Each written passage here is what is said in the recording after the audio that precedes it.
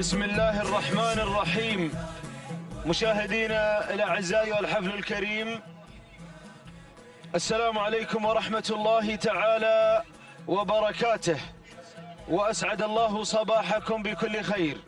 نحييكم من هنا من أرضية ميدان الشحانية لسباقات الهجن العربية الأصيلة.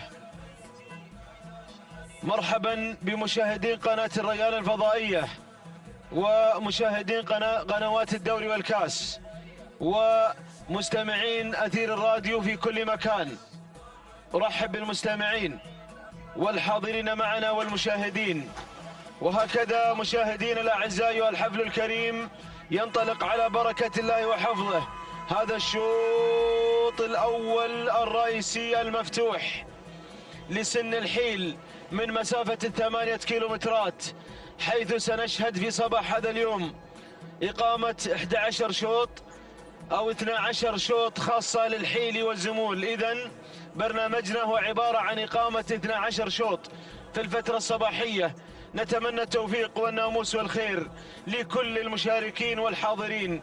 أيها الأعزاء، انطلق قبل لحظات هذا الشوط الأول، أقوى أشواط الفترة الصباحية ومسافة ماراثونية هي 8 كيلومترات. حضرت شعارات أبناء القبائل، الملاك، المضمرين في معترك الصباح، في معترك هذا الشوط الأول الرئيسي، هذا الشوط اللي حاسب حسابه كل المضمرين، كل الملاك، كل الحاضرين. مقدمة الشوط ومن تحتل المركز الأول، شعار العنود يستهل النداء اليوم، شعار صائد الرموز، شعار غانم بن منصور آل سيف الخيارين على المقدمة، وهي صاحبة هذا الشوط في المحل الماضي، هي حاملة اللقب من تحتل المركز الأول. جمرة على الصدارة، منصور بن محمد بن منصور آل سيف الخيارين تحتل مقدمة الشوط، وهي صاحبة هذا الشوط في السباق المحلي الماضي، وبالتالي مرشحة ترشيح قوي اليوم لانتزاع النقطة الثانية في رصيدها على التوالي. المركز الثاني وصلت سهم، تعود ملكية سهم لراشد بن صالح بن راشد النابت على المركز الثاني، وتقدمت لتنتزع المركز الأول. دور المركز الثالث عندك يا راعي الشعار البرشلوني.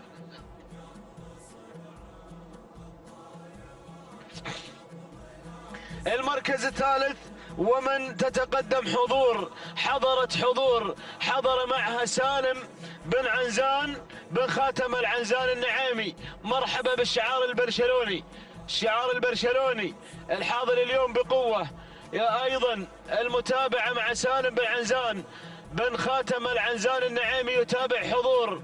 الله يزين اللي حضرت يا ابو عنزان، غطت على كل الحضور.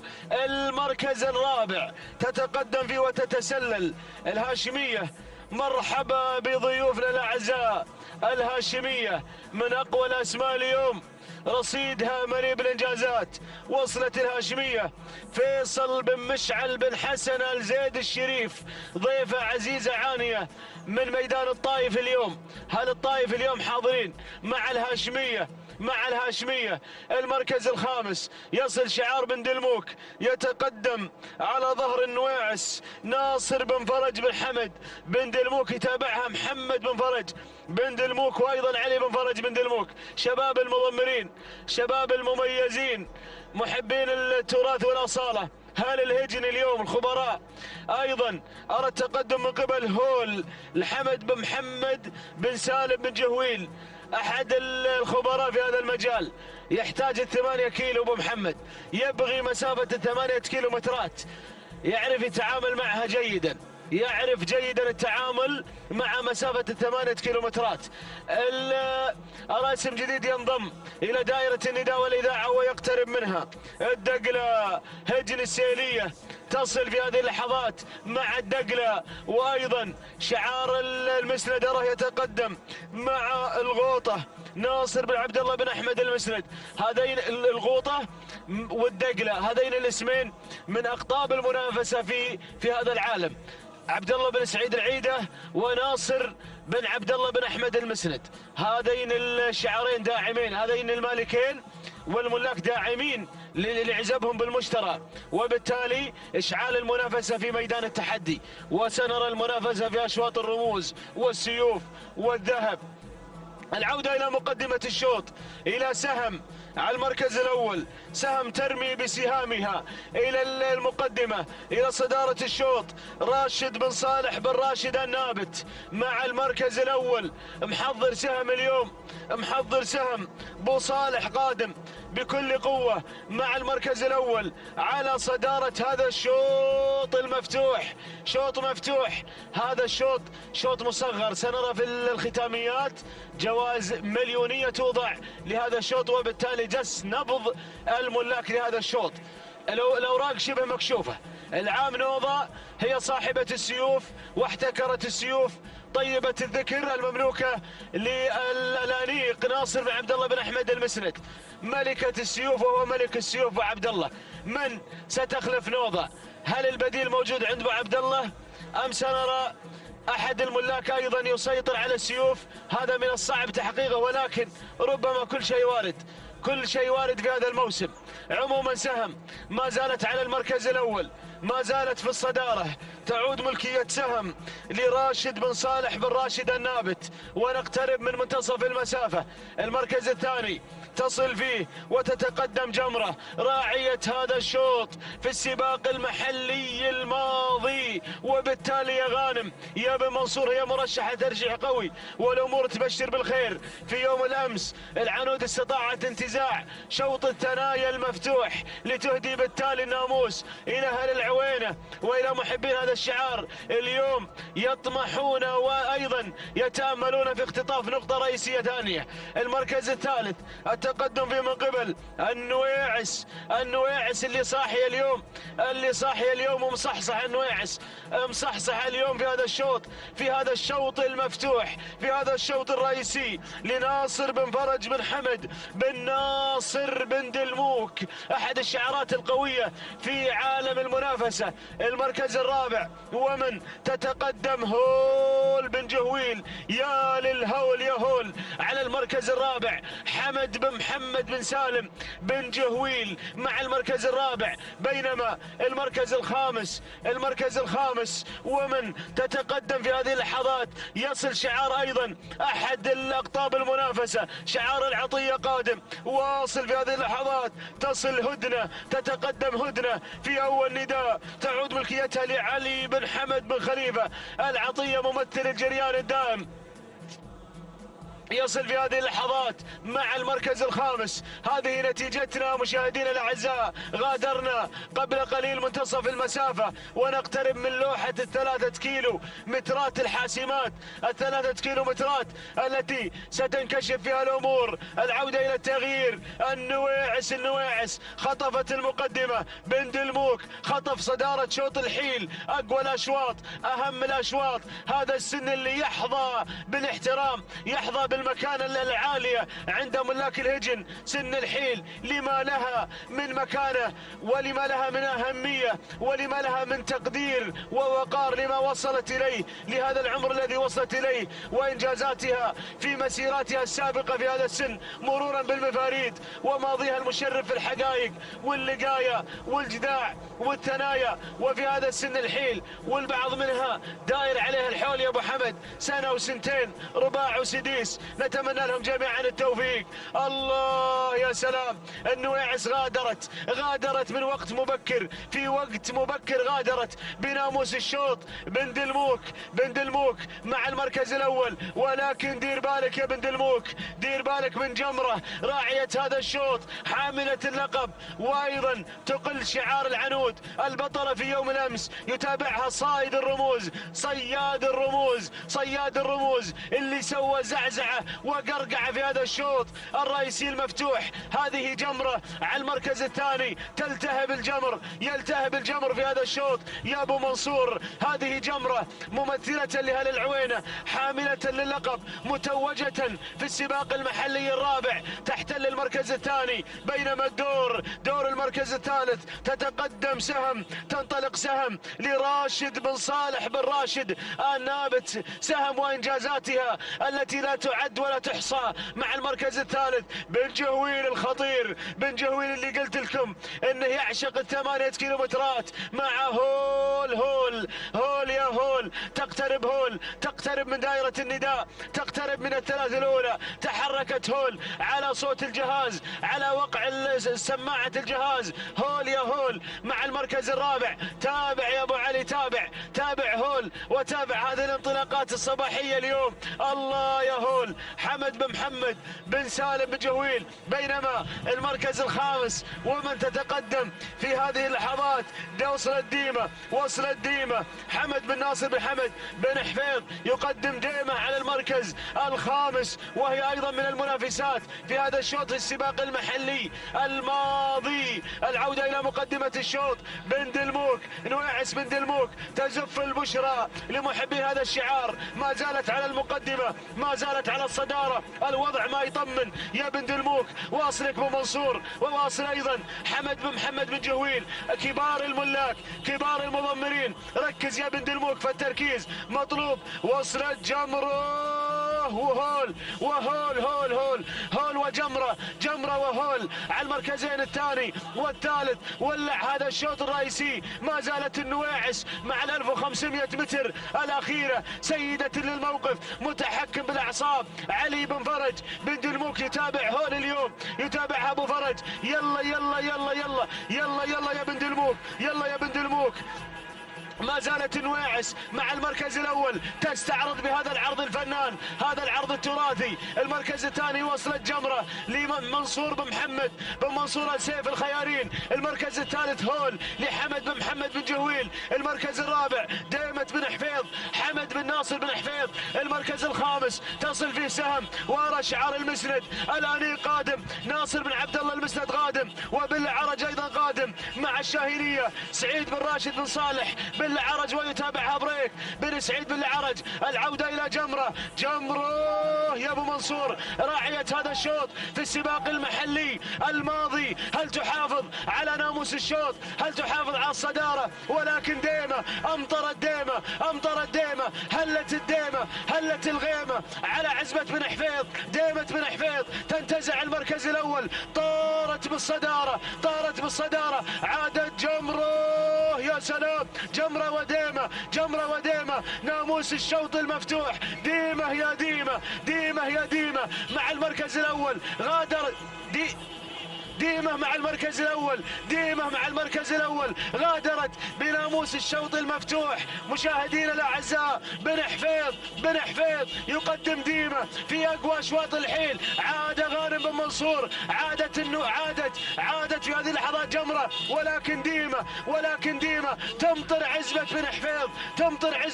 بن حفيظ بالناموس. أقوى أشواط الحيل مع بن حفيظ مع ديمة. سلام يا ديمة، سلام يا هذا الشوط، سلام شوط الحيل مع بن حفيظ مع المركز الأول حمد بن ناصر بن حمد بن حفيظ. سلام يا ديمة، سلام. أقوى أشواط الحيل اليوم مع ديمة.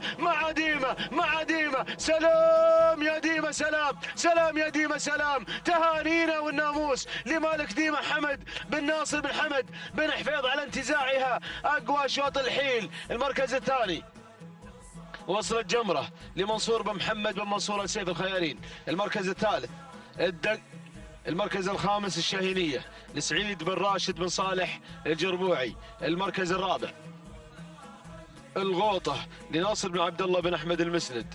المركز الخامس سنايد احتلت المركز الخامس لناصر بن عبد الله بن أحمد المسند. تهانينا والناموس لابن حفيظ على فوز ديمة بالمركز الأول.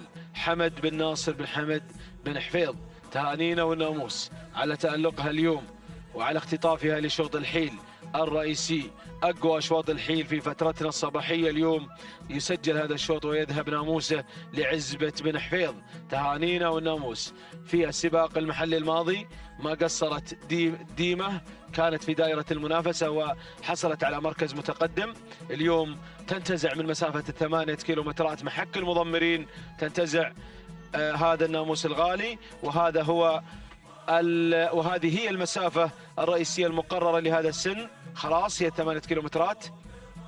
قطعت المسافة ديمة وتنجح فعلا في الاختبار اليوم من مسافة 8 كيلومترات.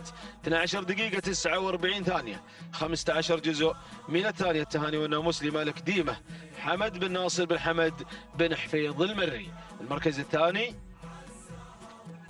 وصلت جمرة، قطعت المسافة في 12 دقيقة 54 ثانية 83 جزء من الثانية. التهاني والناموس لمنصور بن محمد بن منصور آل سيف الخيارين، وتهانينا أيضا لغانم بن منصور آل سيف الخيارين. المركز الثالث وصلت الشاهينية، قطعت المسافة في 12 دقيقة 59 ثانية 61 جزء من الثانية. تهانينا لسعيد بن راشد بن صالح بن العرج، والتهاني أيضا لمضمرها بريك بن سعيد بن العرج. تهانينا والناموس لجميع الفائزين. الشوط القادم سيكون شوط الزمول، فحول المستقبل، بنوك الإنتاج، بصوت أخي وزميلي مطلق بن علي العنسي.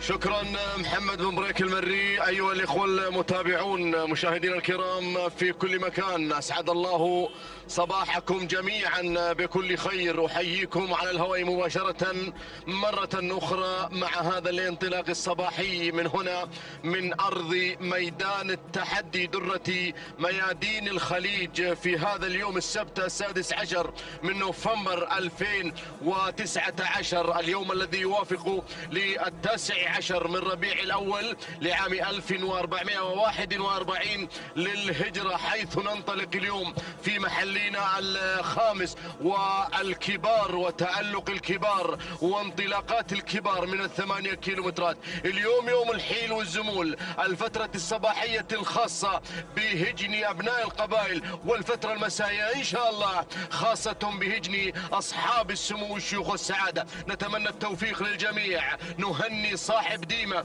المحقق لناموس الشوط الأول في صباح هذا اليوم، حمد بن ناصر بن حمد بن حفيظ المري، الذي حقق أول ناموس صباحي مع ديمة منتزعة وفائزة بالشوط الرئيسي الأول في صباح هذا اليوم. على بركة الله نبدأ ونعلن حضور هذه الأسماء. ننطلق مع شوط الزمول اللي ما يقل أهمية عن شوطنا الماضي. المركز الأول معالج على المركز الأول للسيد إبراهيم بن زيد بن راشد آل بحيح المري. على المركز الأول شعار بن ديل.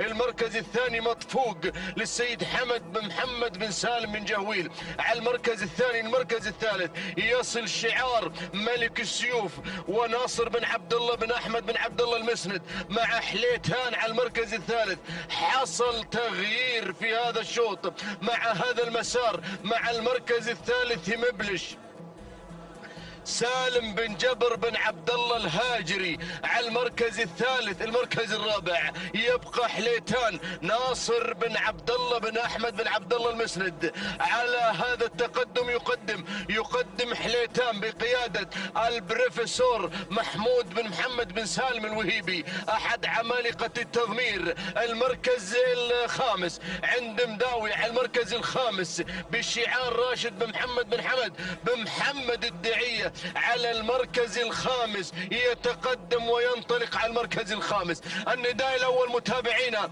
مشاهدينا الكرام، الإعلان الأول لهذه المجموعة التي تنطلق من الزمول، من الأسماء العملاقة الحاضرة في هذا الشوط تحديدا، في الشوط الرئيسي الأول. يا سلام، شعارات عملاقة منطلقة في محلين الخامس. الاستعداد الأخير لسباق المؤسس. نتمنى إن شاء الله التوفيق، نتمنى التوفيق للجميع، لكل عشاق الأصالة نتمنى التوفيق للجميع، نتمنى لهم الناموس إن شاء الله والرموز والأشواط الرئيسية. يا سلام، الكل فائز هنا في أرض ميدان التحدي، الكل فائز في قطر. نتمنى التوفيق لكل المشاركين. عودة إلى المركز الأول بن جهويل مع مطفوق. يهتم بن جهويل على الأشواط الرئيسية وخوضها. يا سلام، لكن الناموس غالي والصعب في هذا الشوط. يا راعي مطفوق. على المركز الأول حمد بن محمد بن سالم بن جهويل. على المركز الأول الهاجري. على المركز الثاني يتقدم مبلش، ماركة غنية عن التعريف. ماركة مبلش سالم بن عبد الله سالم بن جبر بن عبد الله الهاجري على المركز الثاني. المركز الثالث، شوف المركز الثالث، هذا هو الشعار بنديلة ومعالج. على المركز الثالث ابراهيم بن زيد بن راشد آل بحيح المري على المركز الثالث. خطير هذا الاسم، خطير هذا الشعار. المركز الرابع يتقدم مداوي. داوي يا مداوي، داوي يا راعي مداوي. اليوم مداوي بشعار راشد بن محمد بن حمد بن محمد الدعية على المركز الرابع. المركز الخامس، المركز الخامس شعاري نوضة، شعاري نوضة. يا سلام، يا لي ذكريات نوضة يا اخواني. هذا الشعار شعاري ملك السيوف ناصر بن عبد الله المسند، اللي يقدم الاسماء العملاقة. حاضر بكل قوة هذا الموسم 2019. ماذا سيفعل هذا الشعار؟ ماذا سيفعل ملك السيوف؟ ماذا سيفعل البروفيسور محمود الوهيبي؟ نتمنى التوفيق للجميع ان شاء الله. يستهدف الرموز ناصر المسند، يستهدف دائما دائما بحضوره مع الكبار، يستهدف الرموز والاستعداد دائما للاشواط الرئيسية. نتمنى التوفيق للجميع. وين وصلنا؟ عند المركز الخامس، عند حليتان بشعار ناصر بن عبد الله بن احمد بن عبد الله المسند. المركز الرابع، نتقدم مع المركز الرابع، نجد مداوي على المركز الرابع، راشد بن محمد بن حمد بن محمد الدعية على المركز الرابع. اتقدم الى المركز الثالث، اعود الى المركز الثالث، اتقدم هناك عند شعار ابراهيم بن زيد بن راشد آل بحيح المري على المركز الثالث. على المركز الثالث هنا مع معالج على المركز الثالث. المركز الثاني التقدم بالشعار الهاجري، الهاجري على المركز الثاني مع مبلش الهاجري سالم بن جبر بن عبد الله الهاجري على المركز الثاني. التقدم الى المركز الاول، الموقع المستهدف يا بن جهويل، الموقع الخطير، الموقع المثير. حافظ على هذا الموقع، حافظ على الموقع وعلى المركز الاول يا بن جهويل. احد الاسماء الكبيرة في هذا العالم الساحر حمد بن جهويل على المركز الاول، يتقدم مع مطفوق حمد بن محمد بن سالم بن جهويل المري على المركز الاول. هذا النداء مرة اخرى على حضراتكم في هذا اليوم، يوم السبت. يا سلام، نتمنى التوفيق ان شاء الله، نتمنى التوفيق للجميع باذن الله في سباق المؤسس والسباقات القادمة. خلاص اليوم سيسدل الستار عن المحلي الخامس، سنتوقف لمدة اسبوعين ان شاء الله. بعد ذلك السباق المؤسس الكبير الذي ينتظره عشاق الأصالة في الخليج حاضرين معنا مشاركين. مرحبا بالجميع، مرحبا باسم قطر في ميدان التحدي هنا لكل عشاق الأصالة في الخليج، في دول مجلس التعاون، في الوطن العربي الكبير، الحاضرين وعشاق هذه الرياضة الغنية عن التعريف. يا سلام، نعود إلى المركز الأول، نعود مرة أخرى لنعلن المراكز الخمسة الأولى مع حضراتكم على الهواء مباشرة، على الهواء مباشرة. يا أخواني شوف اللي غير على المركز الأول، اللي غير على المركز الأول معالج، عالج يا معالج، عالج بنديل اليوم. والله علاج غير طبيعي اليوم في الشوط الرئيسي. ناموس الشوط الأول غير يا أخواني، ناموسه غير وله نكهة خاصة عند ملاك الهجن. هذا الشوط تحديدا كلها نواميس، الأشواط كلها نواميس في ميدان التحدي وكل ناموس. لكن والله العظيم الشوط الأول غير، الشوط الأول غير، له طعم خاص عند ملاك الهجن هذا الشوط تحديدا، والأشواط الرئيسية دائما. يا سلام، معالج على المركز الأول، معالج بالشعار إبراهيم بن زيد بن راشد آل بحيح المري. المركز الثاني مطفوق بشعار حمد بن محمد بن سالم بن جهويل على المركز الثاني. المركز الثالث هذا خطير مبلش، هذا خطير خطير، ديروا بالكم عليه، اللي يحتل المركز الثالث ويتدخل من العمق حاضرا بالشعار الهاجري على المركز الثالث. هنا يتقدم وينطلق مبلش سالم بن جبر بن عبد الله الهاجري. المركز الرابع، المركز الرابع رقم 8 شعار الدعية على المركز الرابع مداوي راشد بن محمد بن حمد بن محمد الدعية على المركز الرابع. موقع ممتاز على المركز الرابع. يتقدم المركز الخامس نمبر 2 على المركز الخامس التبر، اول اعلان للتبر صالح بن علي بن جابر المطوع المري على المركز الخامس. والمركز السادس خلونا نعطي المركز السادس عز عبد الله بن حمد بن علي بن حمد العطية، وايضا ملك السيوف يصل على المركز الثامن وتاسعا وعاشرا. يا سلام، شوفوا السيل الجارف، شوفوا السيل الجارف القادم القادم القادم القادم. يا لي اسماء هذه الزمول تقشعر منها الابدان، هذه الزمول المنطلقة فحول المستقبل وبنوك الانتاج في هذا العالم الساحر. يا سلام يا سلام. المركز الاول، المركز الاول. الموقع وين؟ الموقع وين الموقع؟ الموقع تقريبا عند لوحة 2. يعني الامور حتى هذه اللحظة تسير من صالح مالكي مطفوق على المركز الاول. على المركز الاول يتقدم وينطلق على صدارة ومقدمة الشوط، في شوط رئيسي حساس، في شوط رئيسي خطير خطير. هذا الشوط خطير ومثير وغالي، غالي ناموسه، غالي.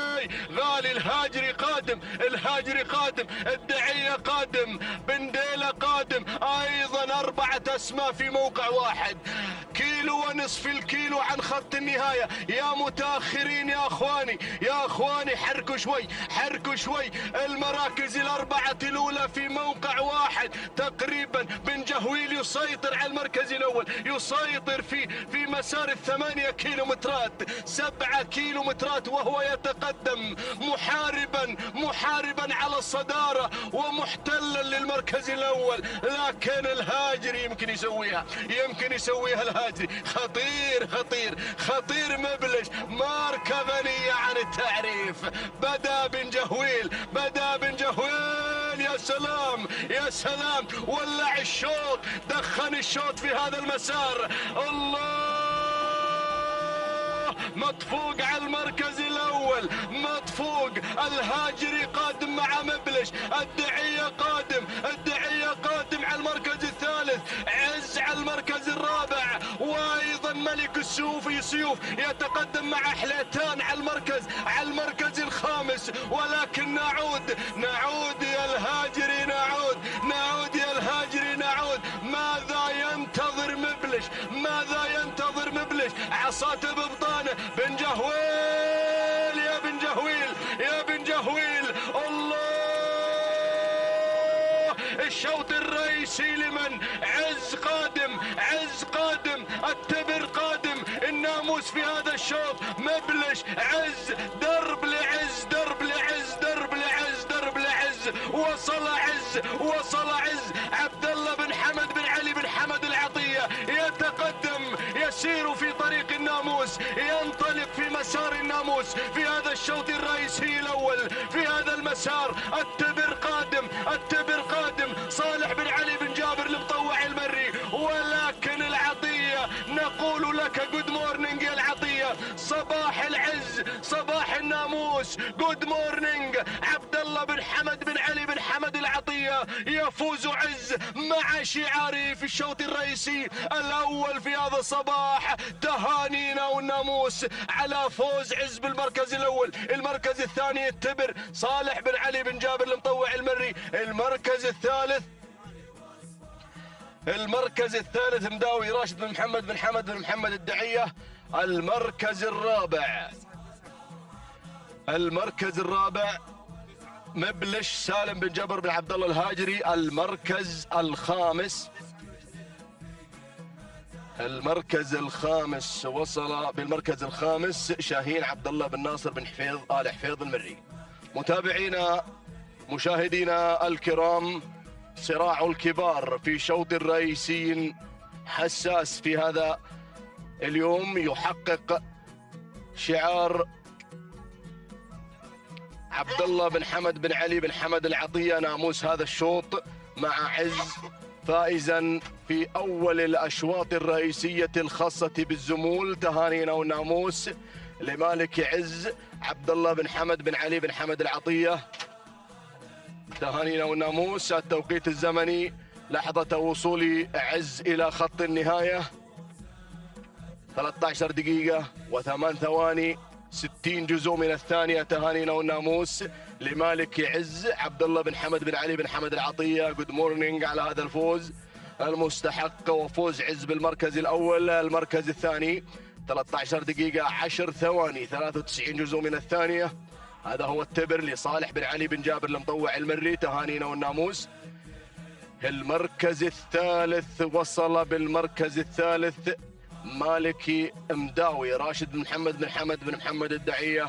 التوقيت الزمني لحظة وصوله إلى خط النهاية 65 جزء من الثانية 11 ثانية 13 دقيقة. هو التوقيت اللي سجل، يعني 13 دقيقة 11 ثانية 65 جزء من الثانية.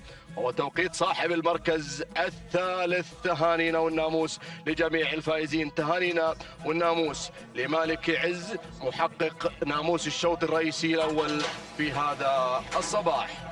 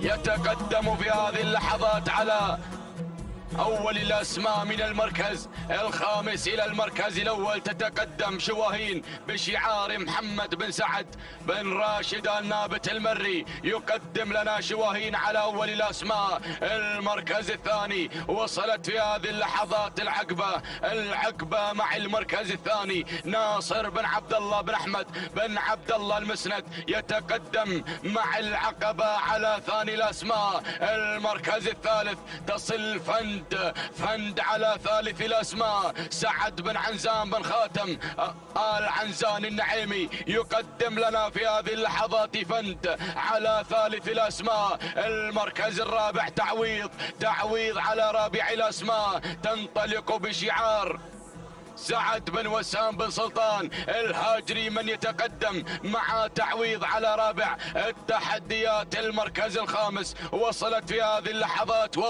وبرة مع المركز الخامس عبد العزيز بن خالد بن عبد الله العطية. يقدم لنا وبرة في هذه اللحظات من غيرت وتقدمت إلى المركز الثالث. هكذا كانت النتيجة متابعينا مشاهدينا الأعزاء للخمسة المراكز المتقدمة. أعود مع المركز الأول، أعود مع شواهين مع المركز الأول. محمد بن سعد بن راشد آل نابت المري يقدم لنا شواهين على أول الأسماء، تتقدم مع المركز الأول. ثاني التحديات، ثاني الأسماء، وصلت في هذه اللحظات فند مع المركز الثاني. سعد بن عنزان بن خاتم آل عنزان النعيمي يتقدم مع المركز الثاني، ينطلق على ثاني التحديات مقدما لنا فند الشعار البرشلوني، يتقدم بهذا الانطلاق الكبير. وصل المشاغب على ثالث الأسماء، يتقدم عبد العزيز بن خالد بن عبد الله العطية مع وبرة على ثالث التحديات. تنطلق وبرة مع المركز الثالث. المركز الرابع تصل تعويض مع المركز الرابع، تعويض على رابع الأسماء. سعد بن وسام بن سلطان بن سعد الهاجري يقدم لنا تعويض، يتقدم مع المركز الرابع بتعويض الإنجازات، بتعويض البطولات. تاريخ مشرف، الله يا تعويض. تنطلق مع المركز الرابع. المركز الخامس وصلت في هذه اللحظات، وصلت في هذه الأثناء العقبة مع المركز الخامس، العقبة على خامس الأسماء. تنطلق بشعار ناصر بن عبد الله بن احمد بن عبد الله المسند يقدم لنا العقبة على خامس التحديات. الله ولكن شواهين لا زالت متحكمة الله بالمركز الأول بالصدارة، تتقدم في شوط العمانيات، شوط الحيل العمانيات. تنطلق مع المركز الأول، تندفع شواهين على أول التحديات هنا في ميدان التحدي.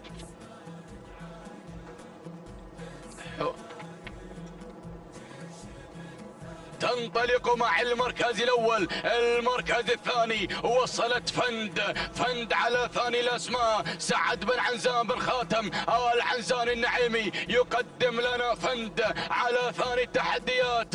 تنطلق بالشعار البرشلوني. المركز الثالث وصلت في هذه اللحظات وبرة يا وبرة. تنطلق مع المركز الثالث، تندفع مع ثالث الأسماء. عبد العزيز بن خالد بن عبد الله العطية يقدم لنا وبرة على ثالث التحديات. المركز الرابع وصلت تعويض على رابع الأسماء، تعويض على رابع التحديات. سعد بن وسام بن سلطان بن سعد الهاجري يقدم لنا تعويض، ينطلق مع المركز الرابع، يتقدم بتعويض سعد بن وسام بن سلطان بن سعد الهاجري. المركز الخامس وصل بن جويل يتقدم مع رسمية مع المركز الخامس. محمد بن صالح القمرة يتقدم على خامس الأسماء، يندفع مع رسمية. محمد بن صالح بن حمد القمرة يتقدم مع خامس الأسماء، خامس التحديات.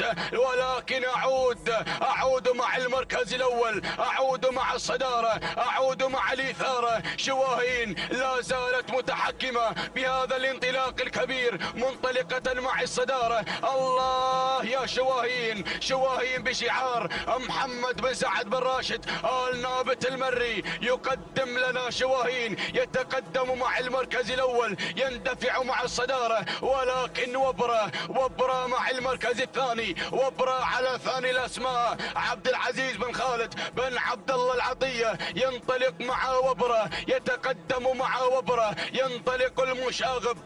الله يا وبرة. المركز الثالث وصلت في هذه اللحظات، وصلت فند على ثالث الأسماء، فند على ثالث التحديات. سعد بن عنزان بن خاتم آل عنزان النعيمي ينطلق مع المركز الثالث، يندفع على ثالث الأسماء. هنا في شوط العمانيات تتقدم فند مع المركز الثالث. وصلت في في هذه اللحظات وصل التعويض على رابع الأسماء، على رابع التحديات، تعويض بشعار سعد بن وسام بن سلطان بن سعد الهاجري ينطلق مع المركز الرابع، يقدم لنا تعويض المركز الخامس. وصلت في هذه اللحظات رسمية مع المركز الخامس محمد بن صالح بن حمد القمرة. ينطلق القمرة على خامس الأسماء، يتقدم مع المركز الخامس. أعود مع شواهين، أعود مع المركز الأول، أعود مع الصدارة. محمد بن سعد بن راشد آل نابت المري يتقدم مع المركز الأول، يتقدم مع الصدارة، يتقدم مع الريادة، ولكن وبرة مع المركز الثاني، وبرة على ثاني الأسماء. تنطلق بشعار عبد العزيز بن خالد بن عبد الله العطية، ينطلق مع وبرة، يتقدم مع الصدارة، ينطلق على ثاني الأسماء. المركز الثالث فند يا فند، فند يا فند، تتقدم فند على ثالث الأسماء. تنطلق بشعار سعد بن عنزان بن خاتم آل عنزان النعيمي، يتقدم مع فند على ثالث الأسماء. وصل التعويض على رابع الأسماء. تعويض يا تعويض، تعويض يا تعويض، تتقدم تعويض بشعار سعد بن وسام بن سلطان الهاجري. ينطلق مع المركز الرابع، يندفع مع تعويض الإنجازات. تتقدم تعويض، تتقدم بتعويض، يتقدم سعد بن وسام بن سلطان الهاجري. الله يا تعويض. المركز الخامس وصلت في هذه اللحظات، تنطلق مع خامس الأسماء جبارة راشد بن فهد بن عمير آل جبر النعيمي. يقدم لنا جبارة حمد بن حمود الوهيبي، ينطلق الوهيبي على خامس الأسماء مقدما لنا جبارة، مقدما لنا جبارة على خامس التحديات. ولكن أعود مع المركز الأول، أعود مع الصدارة، أعود مع شواهين محمد بن سعد بن راشد آل نابت المري. يقدم لنا شواهين على المركز الأول، على البداية والصدارة. تنطلق شواهين، ولكن وبرة العطية، وبرة العطية على ثاني الأسماء. تتقدم وبرة عبد العزيز بن خالد بن عبد الله العطية، يتقدم مع المركز الثاني، يندفع على ثاني الأسماء. ولكن مرحبا بتعويض، مرحبا بتعويض، مرحبا بتعويض. سعد بن وسام بن سلطان بن سعد الهاجري يقدم لنا تعويض، يتقدم مع تعويض. تعويض يا تعويض، تعويض الإنجازات، تعويض البطولات. لابد أن تكرر الإنجازات، لابد أن تكرر البطولات.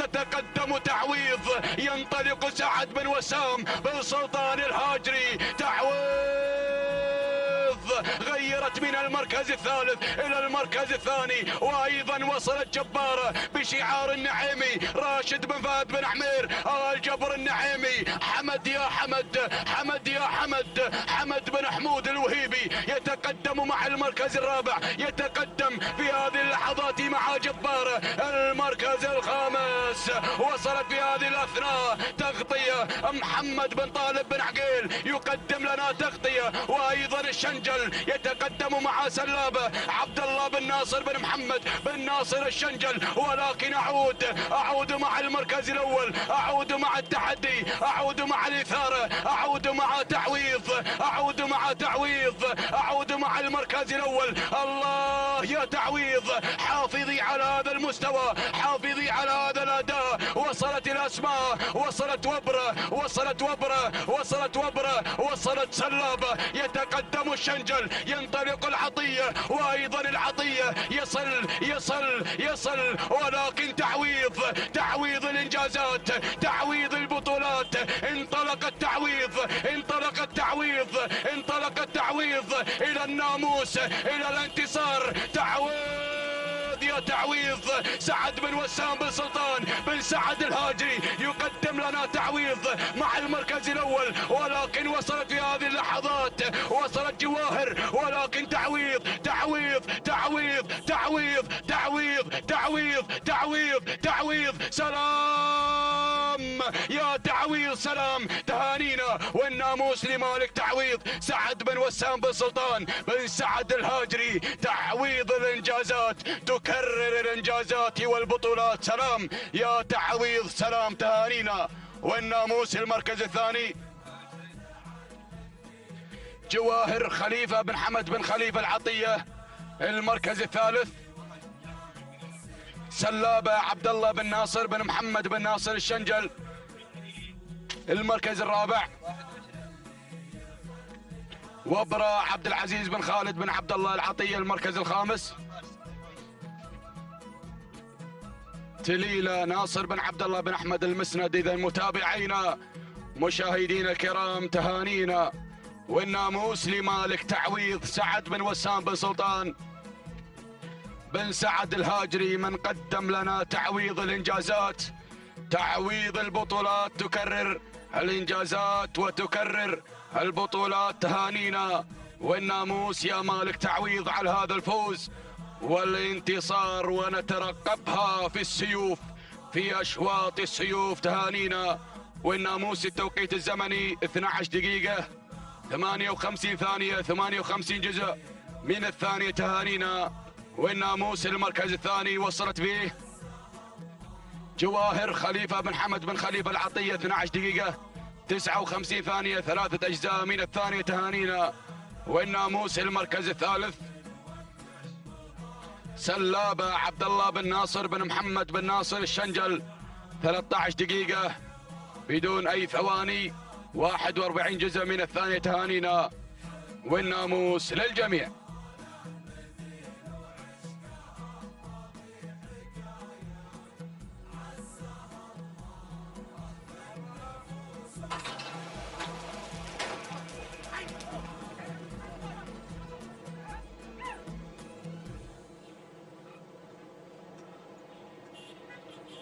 بسم الله الرحمن الرحيم.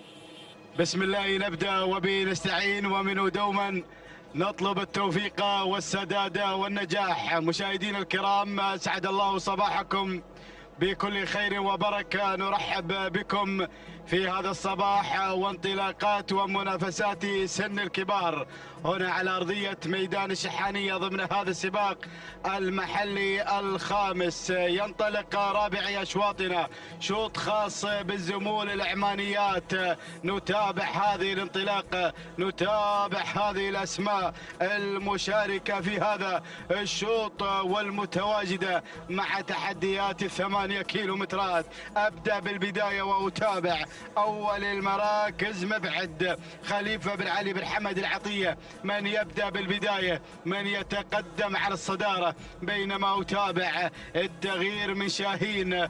سعود بن صالح بن حمد القمرة يغير مع انطلاقة شاهين في هذه الانطلاقة الثنائية المميزة على البداية والصدارة، بينما أتابع وصول من ثالث الأسماء يصل شاهين. حمد بن عجياب بن حمد بن صالح العبدة يتقدم مع ثالث المراكز. رابع الأسماء أتابع هذه اللحظات، أتابع اليماني يصل بشعار الأنيق ناصر بن عبد الله بن أحمد المسند. ومن الجانب الآخر أتابع أيضا الاسم القادم من يتدخل من الجانب الآخر في هذه اللحظات. أتابع وصول وانطلاق من هذه الشعارات المميزة. وصل مداوي خليفة بن حمد بن خليفة العطية يتقدم مع أيضا انطلاقة مداوي. هذه الأسماء مشاهدين الكرام الخمس الأولى المنطلقة في رئيس العمانيات منافسات الكبار. الله الله، أعود هنا مع شعار السندباد يتقدم. يبدأ هذه الرحلة، يبدأ أيضا مع تواجد شعاره مع انطلاقة شاهين سعود بن صالح بن حمد القمرة يتقدم مع أول المراكز وثاني الأسماء. وتابع من الجانب الآخر وصول وانطلاق من مبعد خليفة بن علي بن حمد العطية يتقدم مع ثاني الأسماء. ولكن شوف القادم، شوف القادم، وصول في هذه اللحظات. وصل مداوي، يتقدم مداوي بشعار الجريان. خليفة بن حمد بن خليفة العطية يتقدم مع ثالث الأسماء. رابعا يصل في هذه اللحظات، يصل اليماني ناصر بن عبد الله بن أحمد المسند يتقدم مع رابع المراكز. وخامس الأسماء وصل موادع، وصل موادع فيصل بن شفيع بن سعيد آل فهيدة يتقدم. وهناك يتدخل في هذه اللحظات التدخل والتقدم مشاهدينا الكرام. يصل شاهين محمد بن عبد الله بن أحمد الهاشمي بصل وابناء السلطنة يتقدمون مع هذه اللحظات. الله الله على هذه الأسماء، الله على هذا الانطلاق والتغيير السريع على المراكز الأولى. هنا بدأ شعار الجريان، يبدأ هنا بالسيطرة، يبدأ بالتقدم مع مداوي. خليفة بن حمد بن خليفة العطية يتقدم مع البداية والصدارة. مداوي على أول المراكز. ثاني الأسماء وصول من شاهين محمد بن عبد الله بن أحمد الهاشمي يتقدم مع ثاني المراكز. بينما أتابع وصول من موادع أيضا اسم لامع، اسم قوي قادم هنا في ثالث المراكز. فيصل بن شفيع بن سعيد آل فهيدة يتقدم مع ثالث المراكز. بينما أتابع رابع الأسماء، هنا وصول من مبعد خليفة بن علي بن حمد العطية مع رابع الأسماء. خامس المراكز أتابع هذه اللحظات، أتابع تواجد شاهين حمد بن عجياب بن حمد بن صالح العبدة مع خامس المراكز بهذه اللحظات. ولكن الله هنا تواجد من اليماني ناصر بن عبد الله بن أحمد المسند يتقدم مع خامس الأسماء. الله يا الأسماء، تحديات الكبار، شوط العمانيات.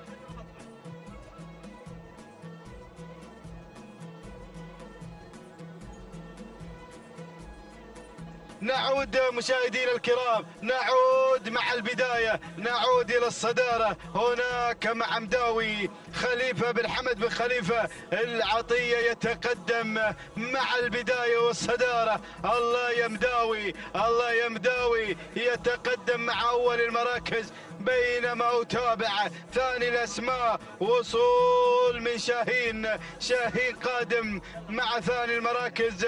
محمد بن عبد الله بن أحمد الهاشمي يتقدم مع ثاني الأسماء في هذه اللحظات. الله يا القادم، أتابع التقدم وصول من مبعد مع ثالث المراكز. خليفة بن علي بن حمد العطية القادم مع ثالث المراكز. واليماني قادم يغير في هذه اللحظات. وهنا وصول من راجس ناصر بن عبد الله بن أحمد المسند. الله وصل شعار الأنيق يقدم لنا راجس في هذه اللحظات. من ينضم، من يتقدم مع ثالث المراكز. وهناك اليماني أيضا قادم ناصر بن عبد الله بن أحمد المسند.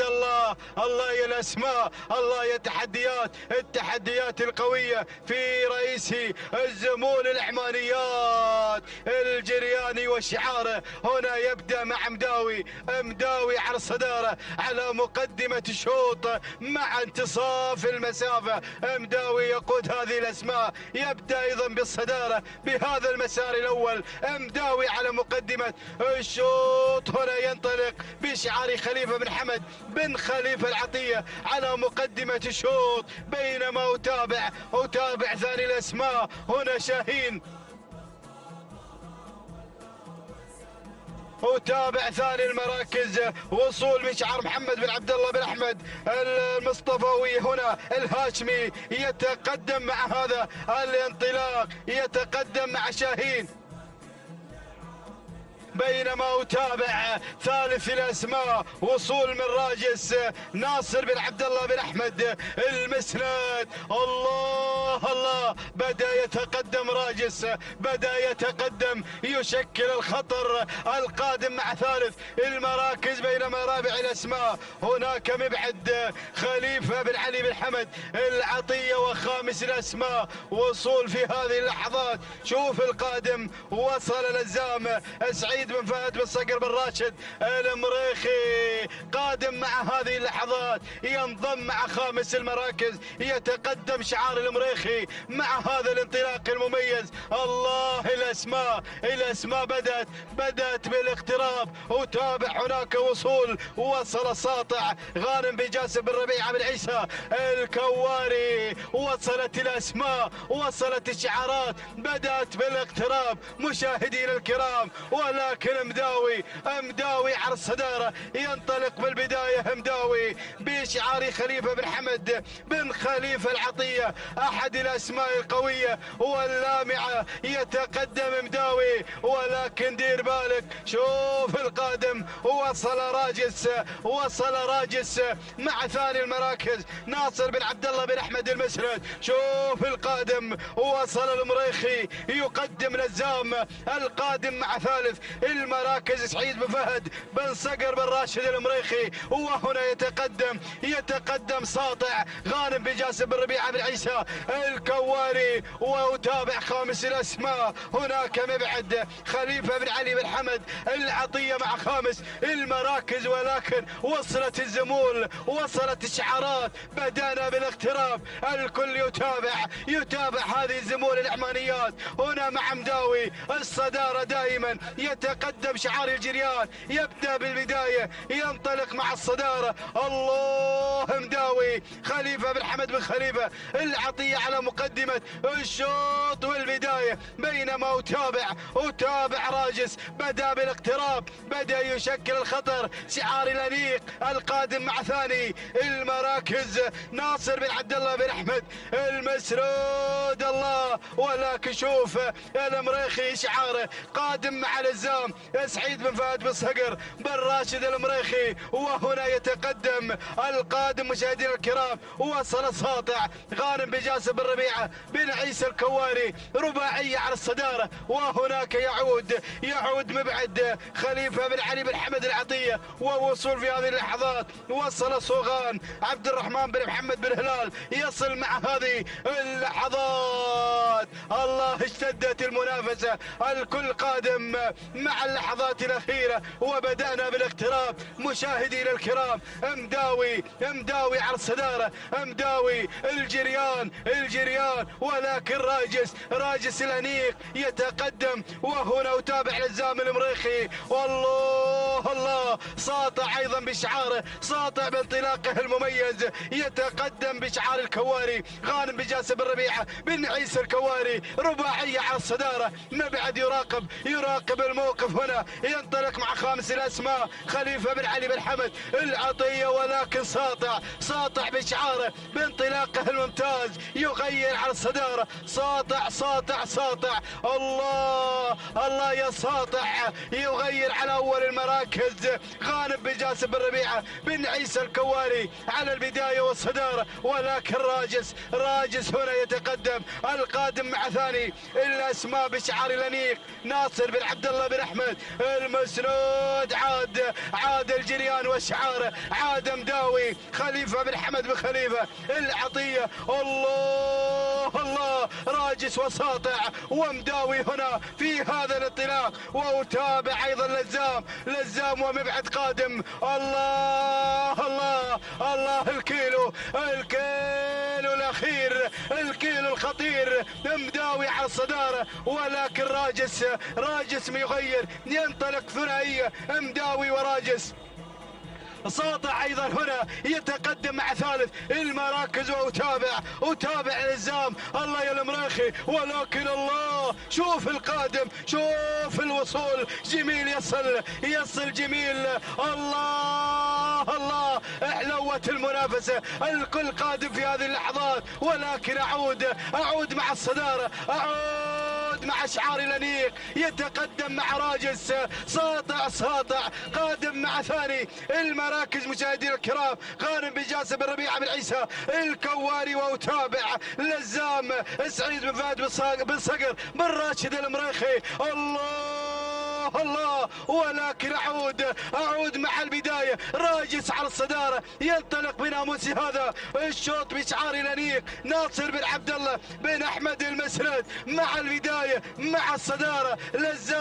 لزام قادم سعيد بن فهد بن صقر بن راشد المريخي. اللحظات الاخيره راجس لزام قادم خط النهايه. الله ولكن غادر راجس ناصر بن عبد الله بن احمد المسند، يغادر الانيق بناموس هذا الشوط. تهانينا والناموس لناصر بن عبد الله بن احمد المسند على فوز راجس بالمركز الاول. ثاني المراكز كان الوصول من لزام سعيد بن فهد بن صقر بن راشد المريخي. ثالث المراكز وصل ساطع غانم بن جاسم بن ربيعة بن عيسى الكواري. ورابع المراكز وصل مشاهدينا الكرام منصف سالم بن عامر بن راشد المدهوشي. وخامسا كان الوصول من جميل منصور بن محمد بن منصور آل سيف الخيارين. هكذا كانت النتيجة مشاهدينا الكرام. أتى راجس مع اللحظات الأخيرة مع شعار المسند ملك السيوف ليظفر بناموس شوط العمانيات، ويقدم راجس في هذا الشوط الرئيسي. تابعنا راجس وانطلاقته المميزة والمنافسة القوية حتى اللحظات الأخيرة. هنا نعود مشاهدينا الكرام والتوقيت الزمني. هنا مشاهدينا الكرام متابعي قناة الريان نعود بالتوقيت الزمني ولحظة وصول مشاهدينا الكرام إلى خط النهاية. هنا مع راجس مع هذا الشعار المميز ملك السيوف. أيضا قدم لنا راجس في هذا الشوط. نتابع من خلال الإعادة والوصول والتوقيت الزمني. لحظة وصول راجس 13 دقيقة و8 ثواني و95 جزء من الثانية. تهانينا والناموس لناصر بن عبد الله بن أحمد المسند. ثاني المراكز أيضا لزام وصل بثاني المراكز بأيضا اندفاع ممتاز. قدم لنا ايضا سعيد بن فهد بن صقر بن راشد المريخي ب 13 دقيقة 9 ثواني 37 جزء من الثانية. ثالث المراكز كان الوصول من ساطع مشاهدينا الكرام ب 13 دقيقة 10 ثواني 47 جزء من الثانية. الثانية لغانم بن جاسم بن ربيعة بن عيسى الكواري. تهانينا والناموس للجميع.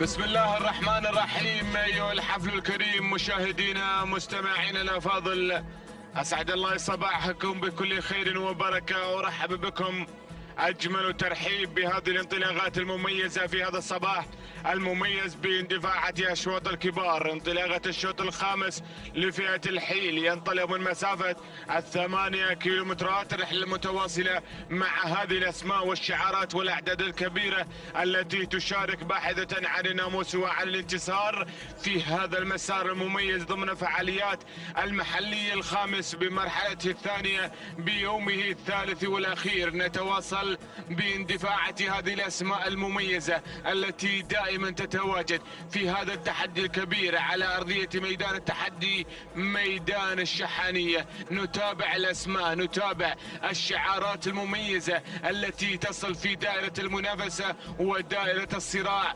والنزاع من أجل الناموس والانتصار. نبدأ بعد المراكز مباشرة ومع أول الأسماء تتواجد مريفة لمبخوت بن حمد بن مبخوت آل حنيتم المري. ينطلق مباشرة بتواجد واندفاعة مريفة على الموقع الصدارة وعلى موقع التحدي والمنافسة تنفرد عن بقية المراكز. بينما المركز الثاني أتابع إبعاد لسيب بن محمد بن زايد الخيارين أحد شعارات العمالقة والكبار الذي دائما يتواجدون في هذه المنافسات المميزة. بينما المركز الثالث القادمة هنا عزوة بشعار يهجن السيلية، القادم والحاضر بكل قوة مع عزوة على المركز الثالث. المركز الرابع هنا نوف لخليفة بن حمد بن خليفة العطية، قادمة بتحدياتها، قادمة بجمالها وبدلالها،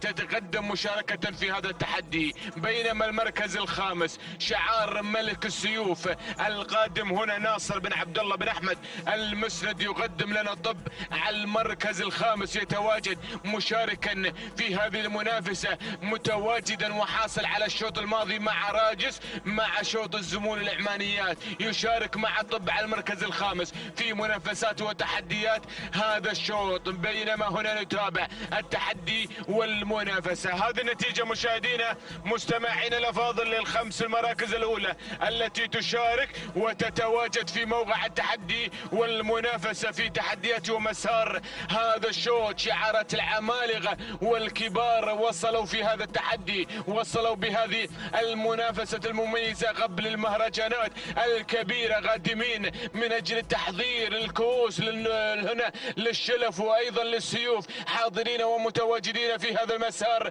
المميز. ايضا في هذا العالم الساحر تتواجد هذه الشعارات الكبيرة والعملاقة تشارك في هذا التحدي الكبير باحثة عن اشواط الرموز. نتابع التحدي ونتابع البداية مباشرة. هنالك مريفة تنفرد بعيدة هناك في انطلاقة وحيدة هنا تنطلق في صدارة هذا الشوط مع التحدي ومع الانفراد مع تحديات مبخوت بن حمد بن مبخوت آل حنيتم المري، يتواجد بانفرادة مريفة التي تسيطر وتحافظ وتنطلق وتنفرد في صدارة هذا الشوط، تغرد وحيدة خارج السرب باندفاعة تلقائية في صدارة هذا الشوط.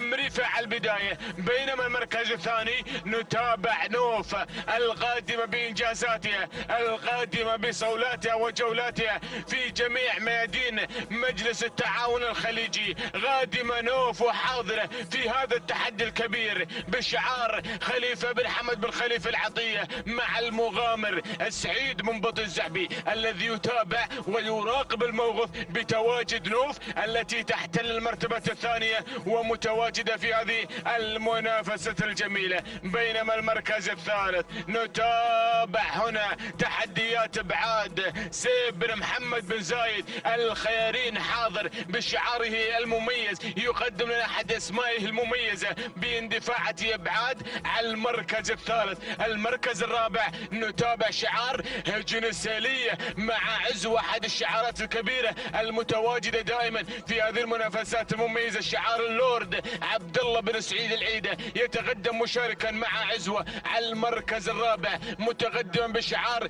هجن السيلية. بينما شعار ملك السيوف قادم وحاضر في هذا التحدي ناصر بن عبد الله بن احمد المسند هنا يتقدم مع الطب على المركز الخامس بمتابعة البروفيسور محمود بن محمد بن سالم الوهيبي، يتابع طب المتواجدة في هذا التحدي وبهذه المنافسات المميزة. هذه النتيجة مشاهدينا مستمعينا الكرام للخمس المراكز الأولى، للخمس نجوم، للخمس الكبار المتواصلين في هذا المسار. نتابع التحدي، نتابع شعارات خلف دائرة النداء لم يحن موعد وصولها، تراقب وهنا الموقف مع التحدي، تراقب هذه المنافسة مع هذا التحدي الكبير ومع هذه المنافسات المميزة في هذا العالم الساحر، في هذا التراث المميز، في هذا الموروث الشعبي الكبير. نتابع ونستمتع بوجود هذه الاسماء والشعارات الكبيرة التي تشارك على قناة الريان الفضائية وقناة الدوري والكاس الناقلتان لهذه المنافسات الجميلة ضمن فعاليات المحلي الخامس. نتابع الاسماء، نتابع الشعارات التي دائما تحضر في هذه المنافسات الجميلة. ولكن هنالك مريفة ما زالت في القيادة والريادة، تعبر بهذه اللحظات كيلومترات، تعبر لوحة ال4 كيلومترات، وانتصفت المسافة يا مضمرين ويا ملاك الحاضرين الباحثين عن الناموس. مريفة هناك تغرد وحيدة خارج السرب، تنفرد في مقدمة هذا الشوط، تنطلق مع البداية بقيادة مبخوت بن حمد بن مبخوت آل حنيتم المري، ينطلق في هذا التحدي، يسير بخطى ثابتة نحو الناموس ونحو الانتصار. ولكن نتابع نوف غادمة، نوف يا نوف، واسمها من 3 حروف. هنا نتابع نوف لخليفة بن حمد بن خليفة العطية بشعار الجريان، غادم وحاضر بكل قوة بمتابعة المغامر الذي يتابع ويراقب الموقف بحضور نوف، الحاصلة على إنجازات عديدة، الحاصلة على سيارات ومنافسة على أشواط الرموز، تتقدم مشاركة في المركز الثاني باحثة عن هذا الناموس وعن هذا الانتصار. بينما المركز الثالث إبعاد غادمة إبعاد لسيبر محمد بن زايد الخيارين، يتقدم مشاركا نجما ساطعا في هذا التحدي وبهذا المسار المميز، يقدم لنا إبعاد على المركز الثالث. المركز الرابع شعاري هجن السيلية حاضر بكل قوة مع عزوة التي تنطلق مباشرة في هذا التحدي وبهذه المنافسة الجميلة. عزوة على المركز الرابع، بينما المركز الخامس وصل الطب لملك السيوف ناصر بن عبد الله بن أحمد المسند مع المركز الخامس. هذه النتيجة لا زالت هي لا تغيير عليها، 5 شعارات كبيرة تتنافس في موقع واحد من أجل التحدي ومن أجل المنافسة المميزة. ولكن أتابع بعين المجردة شعار هجن التحدي وشعار بن سالمين وأيضا شعار المسند وأيضا شعار العطية، شعارات كبيرة هنا تحضر في هذا التحدي، تحضر بهذه المنافسة، ونوعيات فريدة تشارك في هذه المنافسة الجميلة والمميزة. نعود مباشرة مع البداية، نعود مع مريفة. حد شاف مريفة يا جماعة؟ مريفة هناك تغرد وحيدة خارج السرب، تنفرد في مقدمة هذا الشوط، تقدم هذا الرقص الرباعي والتلغائي باندفاعات مميزة بعرض جميل ولا أروع. ما زالت هي القائدة، ما زالت هي المتربعة على عرش الصدارة بقيادة مبخوت بن حمد بن مبخوت آل حنيتم المري. نتابعها هنالك وحيدة، نتابعها تنفرد في مقدمة هذا الشوط بانطلاق وبتحديات جميلة. نتابع مريفة على صدارة منفردة في هذا التحدي، بينما المركز الثاني نوف غادمة، نوف غادمة وحاضرة. يا هل الخير والمعروف، سلموني على الغالي، اسمها من 3 حروف، نوف غادمة نوف لخليفة بن حمد بن خليفة العطية المغامر. يتابع يراقب مريفة في الصدارة، يراقب مريفة هناك في تحدياتها مع هنا آل حنيتم، ولكن نوف مع المركز الثاني. وايضا ابعاد انتم ولا قريبين، ابعاد ولا قريبين. مريفة بعيدة يا راعي، ابعاد لسيب بن محمد بن زايد الخيارين يتواجد، يتابع هذا التحدي بشعاره الكبير. كيلوين متر اخيرة هي من تفصلنا عن ناموس هذا الشوط، عن هذا الانتصار. ابعاد عن المركز الثالث. المركز الرابع وصلت بهذه اللحظات البياتية لهجن التحدي، وصلت بولدها مباشرة مع المرتبة الرابعة. المركز الخامس طب لناصر بن عبد الله بن احمد المسند مع البروفيسور محمود بن محمد بن سالم الوهيبي، يتابع طب على المركز الخامس. هذه النتيجة بهذه اللحظات، بهذه المنافسة المميزة. نتابع كتلة من الاسماء الكبيرة تشارك في هذا التحدي، تتواجد في هذه المنافسة، في هذا التحدي الكبير. نوعيات فريدة وجميلة في هذا العالم الساحر تشارك في هذه المنافسات المميزة. ولكن مريفة تنفرد في مقدمة هذا الشوط. أين أنت يا زيد؟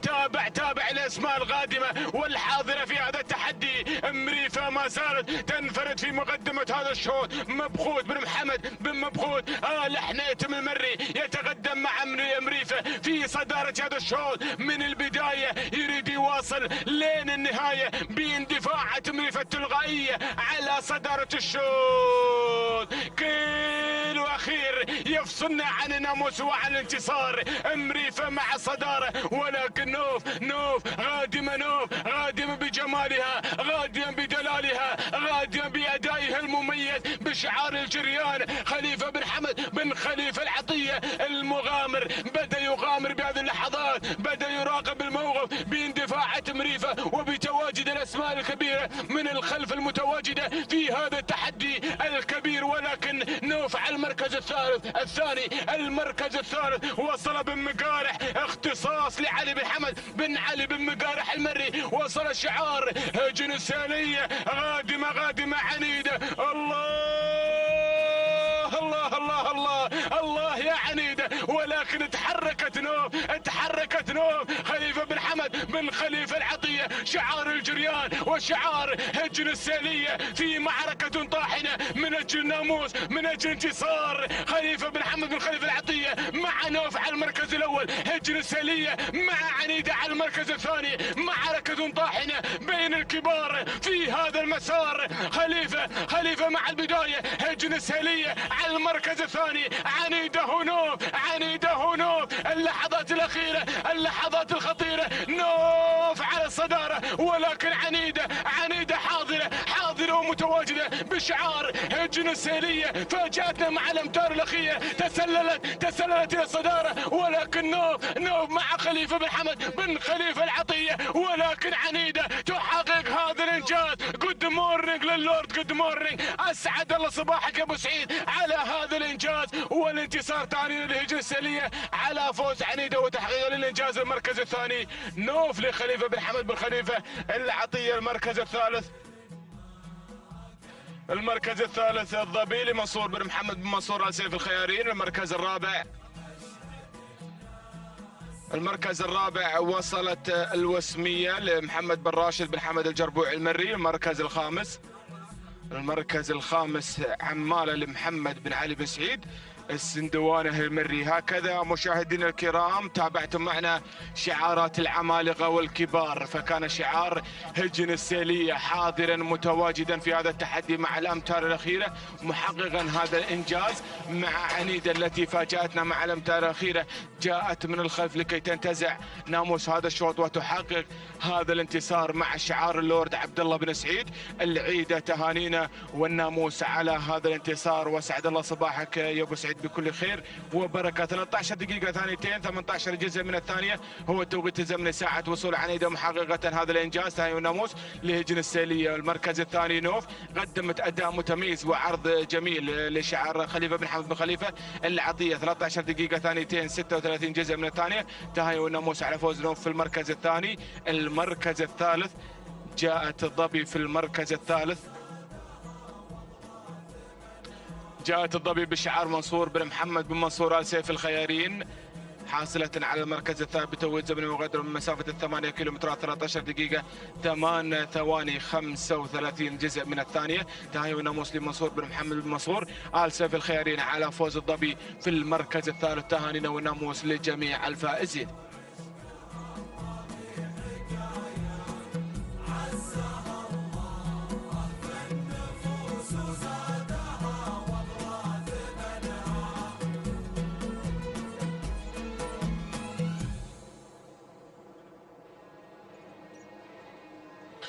السلام عليكم ورحمة الله وبركاته أيها الأخوة مشاهدينا ومتابعينا الكرام، نتابع وإياكم في هذه اللحظات انطلاقة الشوط السادس والمخصص للزمول من المسافة 8 كيلومترات.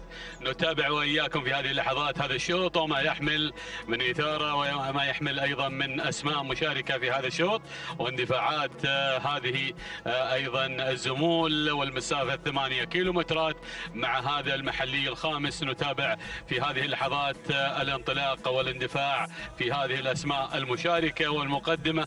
والمركز الأول نتابع هملول لخليفة بن علي بن حمد العطية على المركز الأول وعلى مقدمة هذا الشوط.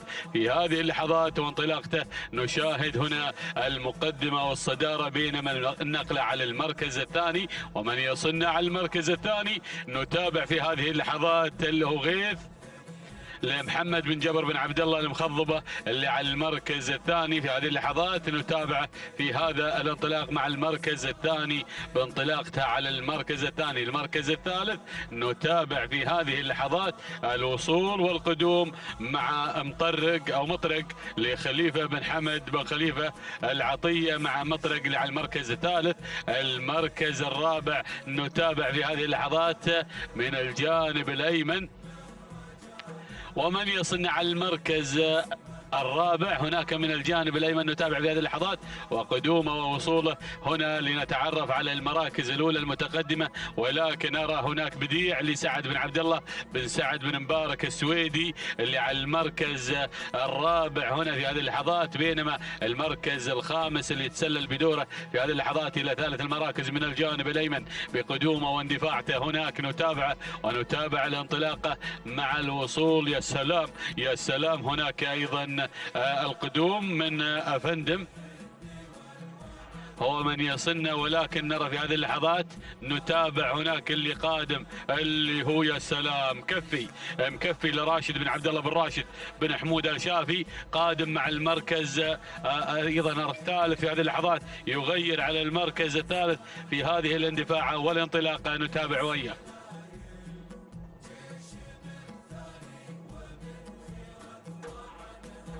نعود إلى مقدمة الشوط وإلى المركز الأول وإلى الصدارة هناك مع المركز الأول ومع هبلول اللي في مقدمة الشوط لخليفة بن علي بن حمد العطية، من يقود المسار، من يقود هذا الشوط في هذه اللحظات باندفاعه جميلة واندفاعه وانطلاقه مع هذا سن الزمول. نتابع المركز الثاني شعار المخضبة أيضا مع غيث محمد بن جبر بن عبد الله المخضبة هنا في هذه اللحظات مع المركز الثاني منطلق ومندفع في ثاني المراكز، بينما النقلة على المركز الثالث والوصول من مكفي لراشد بن عبد الله بن راشد بن حمود الشافي على المركز الثالث في هذه اللحظات. المركز الرابع والوصول نتابع في هذه اللحظات بديع لسعد بن عبد الله بن سعد بن مبارك السويدي على المركز الرابع. المركز الخامس نتابع في هذه اللحظات القدوم هناك مع ايضا اللي واصل اللي هم قصص محمد بن علي بن احمد العلي المعاضيد على المركز الخامس. هذه النتيجة للخمس المراكز الأولى، وأيضا نقلة على المراكز المتأخرة. يا أيضا مخرجنا العزيز شكرا على هذه اللقطة الجميلة هنا مع الأسماء المنطلقة والمندفعة وما يحمل من إثارة وما يحمل من أسماء من هذه الزمول المشاركة. ما شاء الله ما شاء الله على هذا العدد. نتابع في هذه اللحظات الأسماء ونتابع هذه الشعارات، وأيضا خلف الخمس المراكز الأولى أسماء لم يحن أيضا وقت دخولها ترقبوها مع بوابة ال3 كيلومترات الأخيرة. ونتابع وإياكم هنا المنافسة الشيقة والإثارة، ولكن بنعود إلى العطية إلى هملول وإلى العطية. يا سلام، هملول على المقدمة لخليفة بن علي بن حمد العطية. يا سلام يا هذا الشعار العنابي وحرف الكي. يا سلام في المقدمة أيضا يحمل هذا الاسم وهذا الشعار هنا في مقدمة الشوط، ويحمل الإثارة والمتعة أيضا بأداء هملول في مقدمة الشوط. يا سلام يا أبو علي، ركز أيضا بانطلاقة هملول وباندفاعته اللي في مقدمة الشوط أيضا هنا في المركز الأول، بينما النقلة على المركز الثاني. المركز الثاني غيث لمحمد بن جبر بن عبد الله المخضبة الهاجري على المركز الثاني في هذه اللحظات في اندفاعته أيضا. وركز يا عبد الله، ركز أيضا هنا الناموس غالي وغيث متواجد في هذه اللحظات باندفاعته وانطلاقته على المركز الثاني.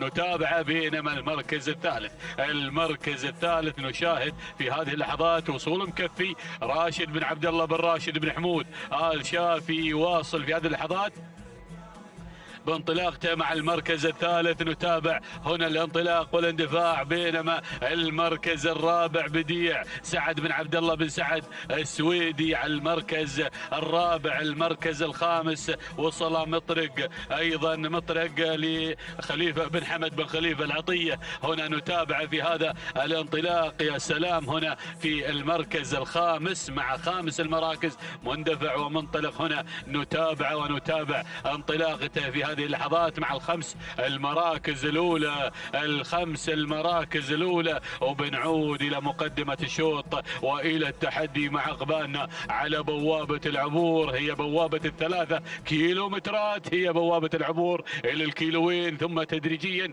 إلى المنصة الرئيسية والحزام الأخضر. الله يا هملول، هملول في المقدمة منذ أن ارتفع ستارت، وهملول يقود المسيرة قيادة حكيمة باندفاعه وانطلاقه في هذا الصباح، واندفاع جميل. نتابع هملول اللي بالمركز الأول، ونتابع اندفاعته لخليفة بن علي بن حمد العطية على المركز الأول على المقدمة. هنا هملول نشاهده ونشاهد اندفاعته في هذه اللحظات مع المركز الأول، بينما غيث على المركز الثاني. ولكن الله يا هذا الكم الهائل، كم هائل قادم مع هذه الشعارات، شعار العطية وشعار بن مسعود. يا سلام يا سلام يا هذا الشعار اللي قادم في هذه اللحظات. ولكن أرى هنا شعار آخر واصل في هذه اللحظات مع المركز الرابع. هنا أيضا نتابع المركز الخامس، وصول قوي. يا سلام مع هذه التحديات القوية. نتابع هنا أيضا الوصول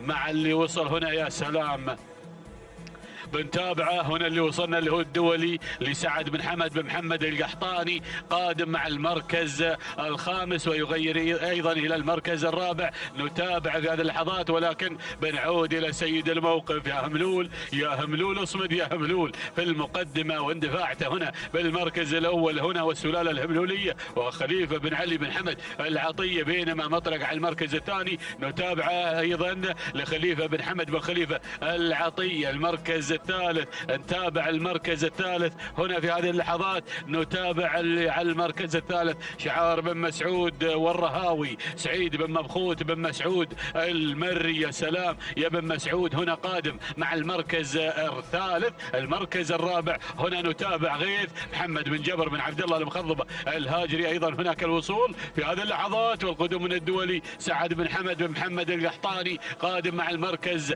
الخامس. ايضا نتابع اسماء قادمه. نتابع هنا في هذه اللحظات الوصول من مياس راشد بن ناصر بن محمد الشابل. هنا ايضا قادم بن شابل مع مياس اللي شكل الخطوره في ايضا تمهيدين الرابع. يا سلام في هذه اللحظات يعود لنا من جديد مياس وبقدومه وبانجازاته العديده بشعار بن شابل. يا سلام هنا في هذه اللحظات الاسماء المنطلقه، ولكن بنعود الى التغيير اللي جرى وطرى على مقدمه الشوط. او يلا يا الخضيري يلا يا الخضيري. يا سلام يا علي هنا متواجد برفقة مطرق في مقدمة الشوط خليفة بن حمد بن خليفة العطية شعار الجريان. ننتظر هذا الشعار بما يحمل من أسماء أيضا سوف تشارك في أشواط الرموز والسيوف. هنا نتابع هذا الشعار نارا على علم بشعار الجريان وخليفة بن حمد بن خليفة العطية. يا سلام يا سلام هنا في هذه اللحظات. يا سلام مع المقدمة مع الصدارة، بينما المركز الثاني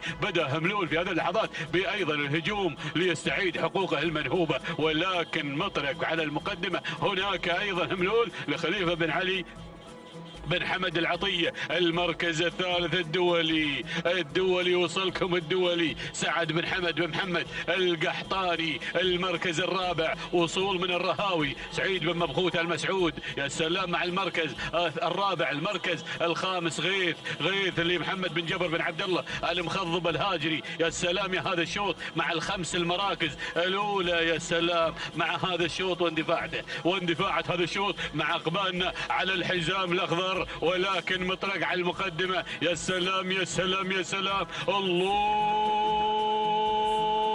يا سلام يا هذا التحدي والمنافسة الشيقة. مطرق على المركز الأول هملول والدولي ومياس قادم وغير قادم. يا سلام يا سلام شوفوا القادم أيضا من هجن السيلية البتيل لهجن السيلية قادم في هذه اللحظات مع المركز السادس. نتابع اسماء قادمة. هناك هباش أيضا قادم، ولكن بنعود إلى المقدمة. الله يا سلام يا سلام يا مطرق. مطرق على المقدمة، ولكن مياس قادم وهنا أيضا البتيل قادم. الله يا هذا الشوط، شوفوا الهجوم على المقدمة، ولكن مطرق على المركز الأول، مطرق على المقدمة على الصدارة. البتيل وين بتروحوا من البتيل؟ البتيل قادم مع المركز الثالث، يا سلام. ولكن مياس مطرق لخليفة أيضا بن حمد العطية، يا سلام. ولكن مياس على المركز الثاني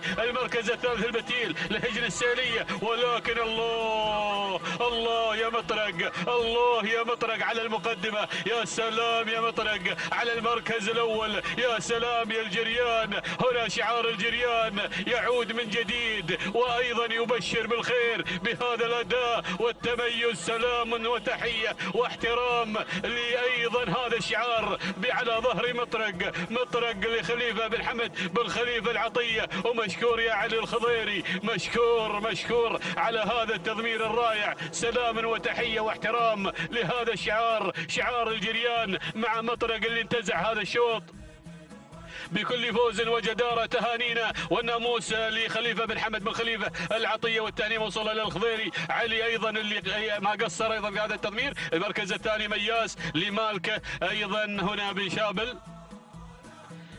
راشد بن ناصر بن محمد الشابل. المركز الثالث البتيل لهجن السيلية. المركز الرابع وصلنا هنا رداد لسيف بن محمد بن زايد مطوع الخيارين. المركز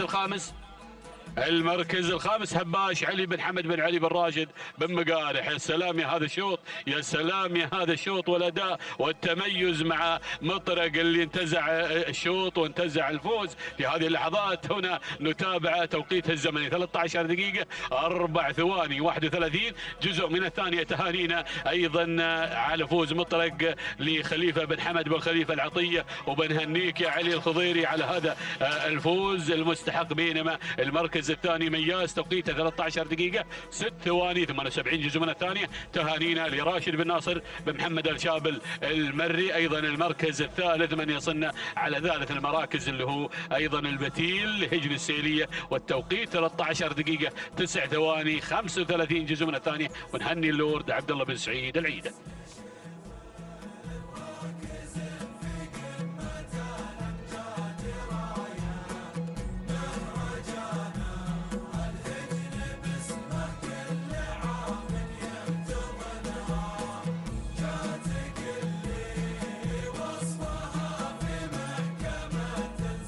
بسم الله الرحمن الرحيم. مشاهدينا ومتابعينا الكرام، اسعد الله صباحكم بكل خير وبركة من هنا من ميدان التحدي، ميدان الشحانية، مع تواصل انطلاقات أشواط هذه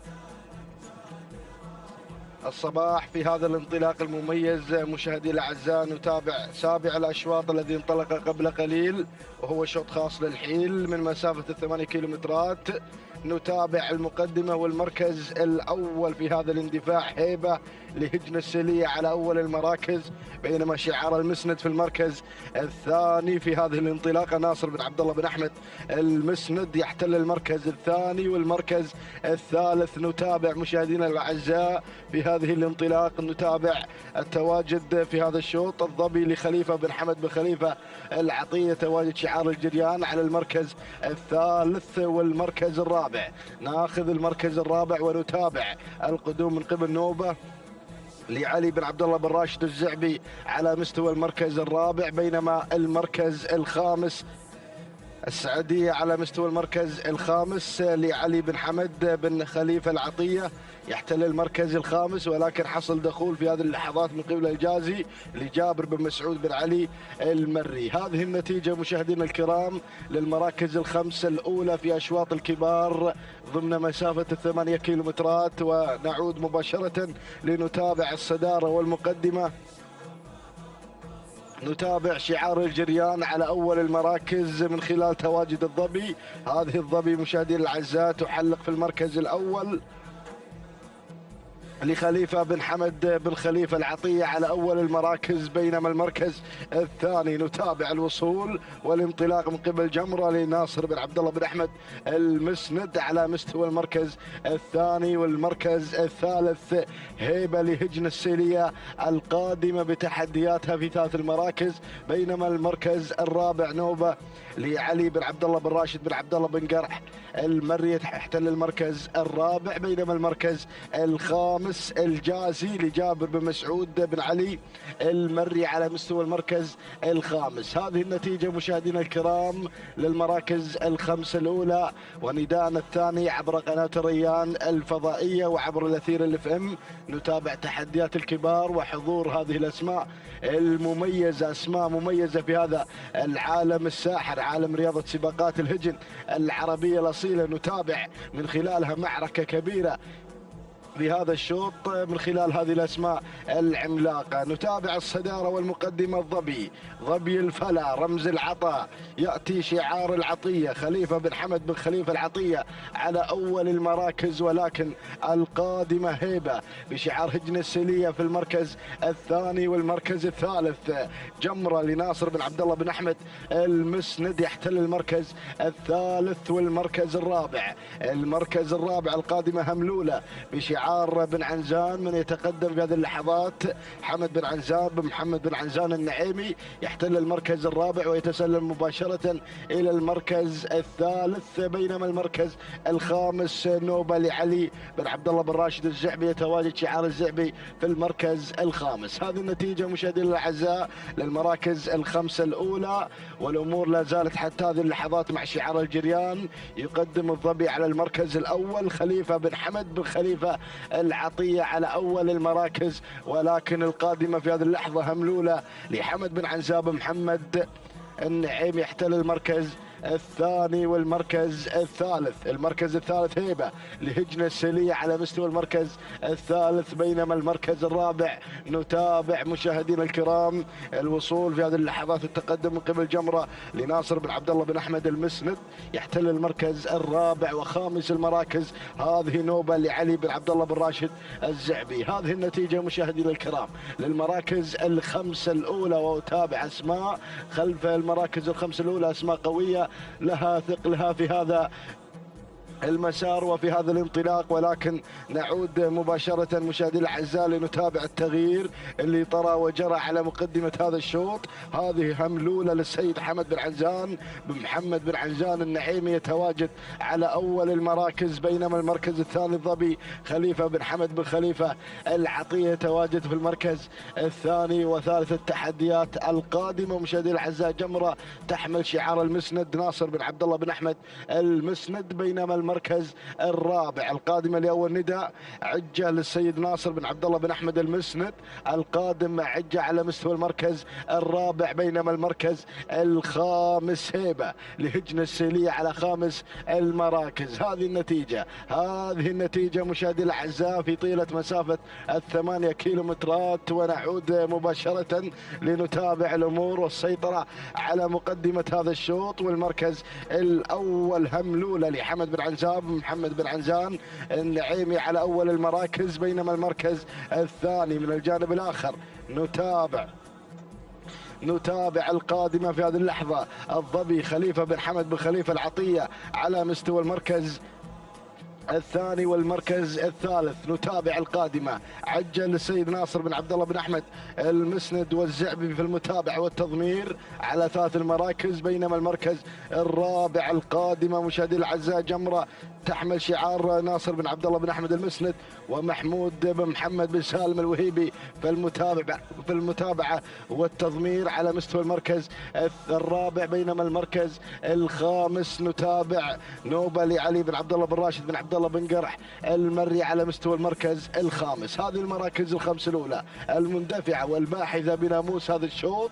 ولكن نعود مباشرة إلى الظبي اللي تسللت في هذه اللحظات واحتلت المركز الأول وتعود إلى مركزها المعتاد منذ انطلاقة الشوط هذه الظبي بشعار خليفة بن حمد بن خليفة العطية تتواجد على البداية وتنطلق في المركز الأول، ولكن القادمة هملولة حمد بن عنزاب محمد بن عنزان النعيمي يحتل المركز الثاني، والمركز الثالث عجة لناصر بن عبد الله بن أحمد المسند يحتل المركز الثالث، والمركز الرابع تتقدم في جمرة لناصر بن عبد الله بن أحمد المسند على مستوى المركز الرابع. وخامس المراكز وخامس المنطلقات نوبة لعلي بن عبد الله بن راشد الزعبي يحتل المركز الخامس. هذه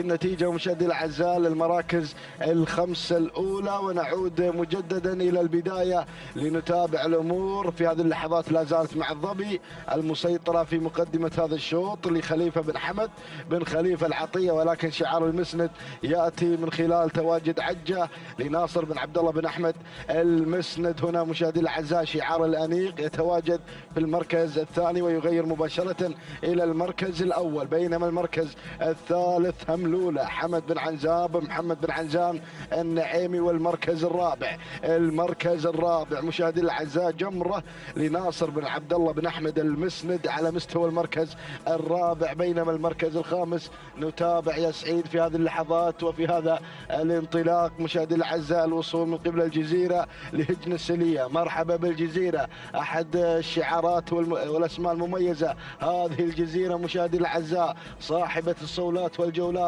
تأتي في المركز الخامس في هذه اللحظات. إذا مشاهدي الأعزاء هذه المراكز الخمسة الأولى مع دخول أسماء جديدة. ونعود مباشرة إلى عجة في البداية، عجة والظبي في موقع واحد، كما نتابع في الكادر الأعلى عبر قناة الريان الفضائية نتابع تصدر مميز لشعار المسند شعار الأنيق وكذلك شعار الجريان من الجانب الآخر، ولكن عجة مشاهدي الأعزاء لناصر بن عبد الله بن أحمد المسند على أول المراكز، ولكن الظبي بشعار الجريان خليفة بن حمد بن خليفة العطية مع ثاني المراكز. والمركز الثالث القادمة في هذه اللحظة جمرة لناصر بن عبد الله بن أحمد المسند على مستوى المركز الثالث، والمركز الرابع هملولة لحمد بن عنزاب محمد بن عنزان النعيم يحتل المركز الرابع. والجزيرة قادمة في هذه اللحظات تحمل شعار اللورد شعار هجن السلية القادم على مستوى المركز الخامس، تتسلل من مركز إلى مركز وفي طريقها لانتزاع المركز الأول والحضور المميز لشعار اللورد. هنا يتواجد مشاهدين الاعزاء مع الجزيره وكذلك وصول من قبل هيبه، وهنا ايضا نوبه بشعار الزعبي علي بن عبد الله بن راشد الزعبي. ونتابع قدوم خطير مشاهدينا الكرام من خلال بلبله لناصر بن عبد الله بن احمد المسند يصل في هذه اللحظه يقدم بلبله في المركز الخامس، ولكن نعود الى ركب الصداره مع الامور في هذه اللحظات لا زالت مع عجه على المركز الاول ناصر بن عبد الله بن احمد المسند شعار الانيق. يا سلام هنا مشاهدي الاعزاء عجة على البدايه، ولكن الجزيره مع اللورد مشاهدينا الاعزاء هذه الجزيره 1500 متر يا مضمرين يا متابعين اجتمعوا العمالقه في موقع واحد. نتابع عجة على البدايه بشعار الانيق وكذلك قدوم مميز من قبل بلبله. هذه بلبله مشاهدينا الاعزاء لناصر بن عبد الله بن احمد المسند، وهنا ايضا الجزيره لهجن السليه. والمركز الرابع ظبي الفلا مشاهدي الاعزاء لخليفه بن حمد بن خليفه العطيه وكذلك هيبه لهجن السليه في المركز الخامس. هذه الاسماء المميزه هذه الاسماء العملاقه في هذا الشوط، ولكن الصداره مع عجه على المقدمه مشاهدي الاعزاء تتواجد بشعار الانيق والزعبي في المتابعه. سعيد بن بطيء الزعبي من يتابع عجة على البداية، ولكن هنا مشاهدي الأعزاء محمود بن محمد بن سالم الوهيبي يقدم لنا انطلاقة بلبلة في المركز الثاني بشعار الأنيق ناصر بن عبد الله بن أحمد المسند، ولكن هيبة بشعاره الكبير شعار هجن السلية القادم في المركز الثالث. ويتحرك في هذه اللحظة شعار الجريان خليفة بن حمد بن خليفة العطية على مستوى المركز الرابع في هذه اللحظة، ولكن الله يا عجة. عجة على البداية، المغامر يقدم عجة بشعار الأنيق. ناصر بن عبد الله بن أحمد المسند يقدم عجة على البداية، ولكن هنا مشاهدي الأعزاء بلبلة لناصر بن عبد الله بن أحمد المسند. يقدم هنا بلبلة في المركز الأول، ويقدم كذلك عجة في أول المراكز. هذا هو شعار الأنيق. سلام يا الأنيق، سلام سلام يا أبو عبد الله، سلام على هذا الأداء المميز وعلى هذا الحضور الرائع. هذا هو شعار السيوف، ملك السيوف في هذا الموسم. مشاهدينا الأعزاء، هنا مشاهدينا الأعزاء ناصر بن عبد الله بن أحمد المسند يتواجد مع عجة على البداية، يتواجد مع عجة مع هذا الناموس المميز. سلام يا أبو عبد الله، سلام سلام يا ممثل الخور، سلام. هنا مشاهدينا الأعزاء المغامر في المتابعة والتضمير مشكور على ما قدمت العجة في المركز الأول. تهانينا وناموس لناصر بن عبد الله بن أحمد المسند. المركز الثاني بلبلة لناصر بن عبد الله بن أحمد المسند. المركز الثالث جاءت في مشاهدينا الكرام مزنة لسالم بن حمد بن جار الله. المركز الثالث مشاهدي الاعزاء شعار بن سلعان علي بن راشد بن علي بن سلعان المري. بينما المركز الرابع جاءت في مشاهدي الاعزاء مزنة لسالم بن حمد بن جار الله بن سالمين المري. المركز الخامس حلت في مشاهدي الاعزاء نوبه لعلي بن عبد الله بن راشد الزعبي. اذا مشاهدي الاعزاء تهانينا وناموس مره اخرى للانيق ناصر بن عبد الله بن احمد المسند، يهدي ناموس مميز الى اهالي الخور. سلام يا ابو عبد الله، سلام على هذا الحضور الجميل والرائع. هذه عجة مشاهدي الاعزاء تحقق المركز الاول بتوقيت وقدر 13 دقيقة 3 ثواني 90 جزء من الثانية. تهانينا للمغامر المتابع لعجة. بينما المركز الثاني حضرت فيه مشاهدي الاعزاء بلبلة لناصر بن عبد الله بن احمد المسند، والتوقيت نزل 13 دقيقة 4 ثواني 74 جزء من الثانية. تهانينا والناموس. بينما المركز الثالث حضرت فيه مشاهدينا الكرام ومتابعينا الافاضل اندفاعه لعلي بن راشد بن علي بن سلعان المري، والتوقيت الزمني لحظة الوصول والعبور الى خط نهاية 13 دقيقة 10 ثواني 5 اجزاء من الثانية. تهانينا والناموس لجميع الفائزين.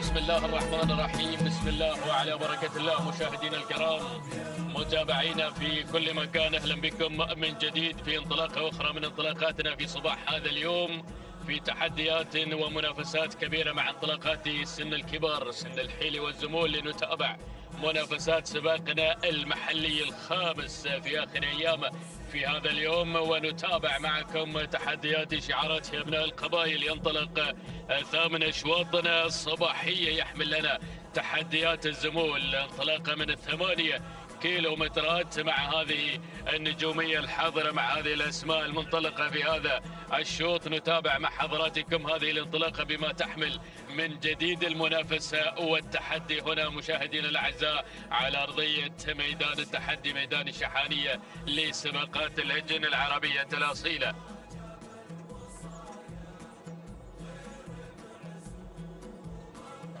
إذا مشاهدينا الأعزاء نتابع مجريات هذا الشوط، كما أن نذكر بصاحبة المركز الرابع في شوطنا أو المركز الثالث في شوطنا الماضي، هي الجمرة المملوكة لناصر بن عبد الله بن أحمد المسند اللي أخذت المركز الثالث في شوطنا الماضي. ينطلق هذا الشوط ونتابع مع حضراتكم مشاهدينا الأعزاء الأسماء المتقدمة مع ال5 المراكز، بداية مع المركز الأول. هذا هو مداوي في مقدمة الشوط بشعار عبد العزيز بن خالد بن عبد الله العطية، من يقدم مداوي في مقدمة الشوط في المركز الأول أو الصدارة. بدأ بالانطلاق مبكرا في مقدمة الشوط، بينما النقلة مع المركز الثاني. نتابع الاسم القادم، هذا هو الشارد، يصل على المركز الثاني علي بن محمد بن حمد بن قريع المري، يقدم الشارد على مستوى المركز الثاني من خلال تقدمه الممتاز، بينما نقلة مباشرة إلى ثالث المراكز.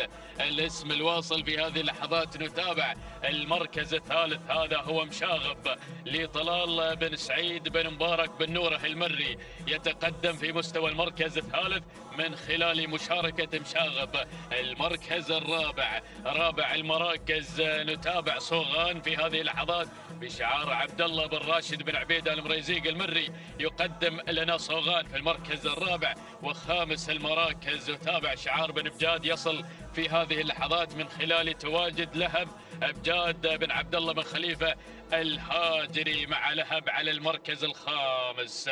هذه الخمس المراكز المتقدمة في هذا الشوط وفي هذا التحدي الجميل على أرضية ميدان التحدي يا بن بجاد. هناك 8 كيلومترات مع هذه الأصايل وتحديات السن الزمول، ما شاء الله. نتابع خلف الخمس المراكز أسماء قادمة وتحديات واصلة من الجميع. الكل حضر هنا مع هذا الصباح المميز لنتابع مع حضراتكم هذه المسافة الماراثونية مع تحديات الكبار ومع هدير الزمول. نعود إلى مقدمة الشوط مع شعار العطية الذي بدأ يدفع بمداوي في أول التحديات. هذا هو مداوي في مقدمة الشوط، عبد العزيز بن خالد بن عبد الله العطية من يقدم مداوي في أول ندى على مقدمة الشوط، متقدما على كل الأسماء الحاضرة والمشاركة في هذا الأداء الجميل. بينما على المركز الثاني، ثاني المراكز، التواجد من الشارد يحمل لشعار علي بن محمد بن حمد بن قريع المري من يقدم الشارد على المركز الثاني. وثالث المراكز شوف مشاغب اللي بدأ يشاغب مبكرا بشعار طلال بن سعيد بن مبارك بن نوره، يتقدم في المركز الثاني في هذه اللحظات، يغير من موقعه من ثالث المراكز إلى ثاني المراكز. نتابع المركز الرابع، رابع المراكز، تواجد من صوغان، صوغان في المركز الرابع لعبد الله بن راشد بن عبيده المريزيق المري من يتقدم على مستوى المركز الرابع من خلال تواجد ومشاركة صوغان في هذا الأداء الجميل. المركز الخامس لا زال لهب بن بجاد يتواجد في المركز الخامس في تحديات هذا الشوط. بجاد بن عبد الله بن خليفة الهاجري متقدما على المركز الخامس في هذا التحدي الجميل. 8 كيلومترات الحاضرة في هذا المسار الصباحي في هذه التحديات الجميلة مع انطلاقات الزمول، ما شاء الله دائما وابدا يحلو الرقص مع الكبار. لنتابع هذه التحديات الجميلة في منافسات مميزة مع سباقنا المحلي الخامس على أرضية ميدان التحدي، ميدان الشحانية، ميدان الجميع الذي يرحب بالجميع هنا مشاهدينا الأعزاء في عالم الأصايل وتحديات هذه الرياضة العربية الأصيلة. نتابع مع حضراتكم هذه الأشواط الجميلة والرائعة مع هذا الصباح المميز. عودة إلى شعار العطية، عودة إلى مداوي في مقدمة الشوط، يقود هذه الأسماء حتى هذه اللحظات بعد أن انتصفت المسافة مع ال4 كيلومترات الأولى اللي انتهت وانقضت من عمر هذا الشوط.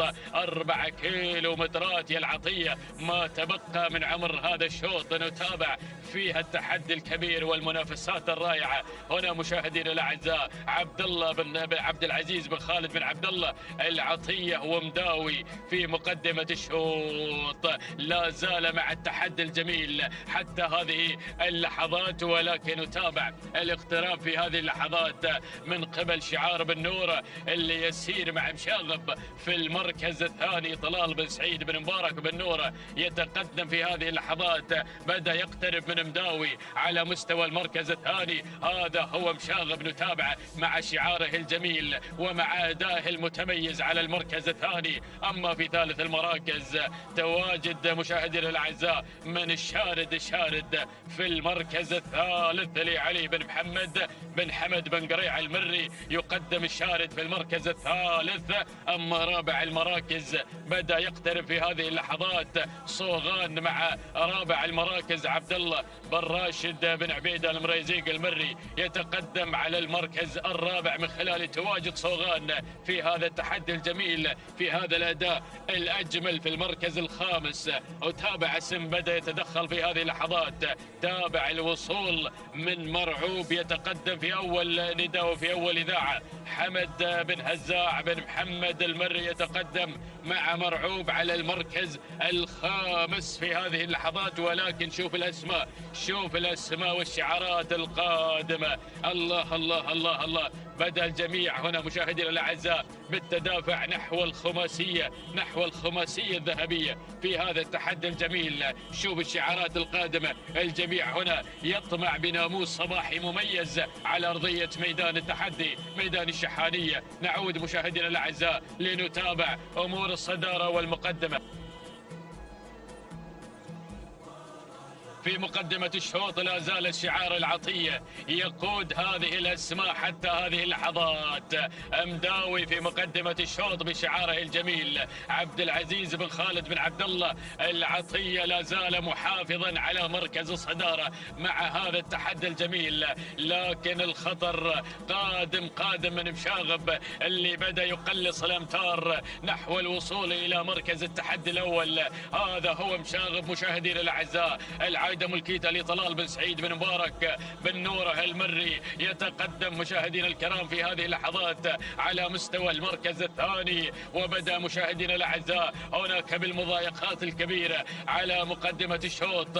يضايق مداوي، ينازعه على مركز الصدارة من خلال تقدمه الممتاز.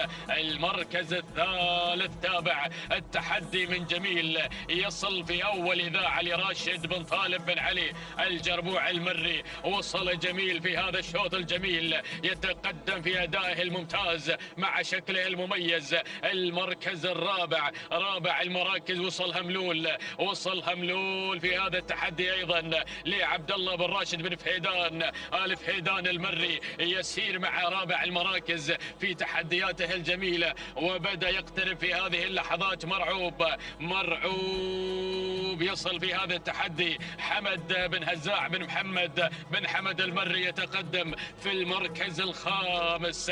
هذه النتيجة مشاهدينا الأعزاء متابعينا في كل مكان. لكن نعود إلى مقدمة الشوط، كيلو ونصف الكيلو عن خط النهاية، وهذا هو مشاغب اللي اقتحم الصدارة. بدأ مشاهدينا الأعزاء في الاندفاع الجميل في هذه اللحظات، بدأ يظهر ما لديه من قوة لنيل ناموس هذا الشوط.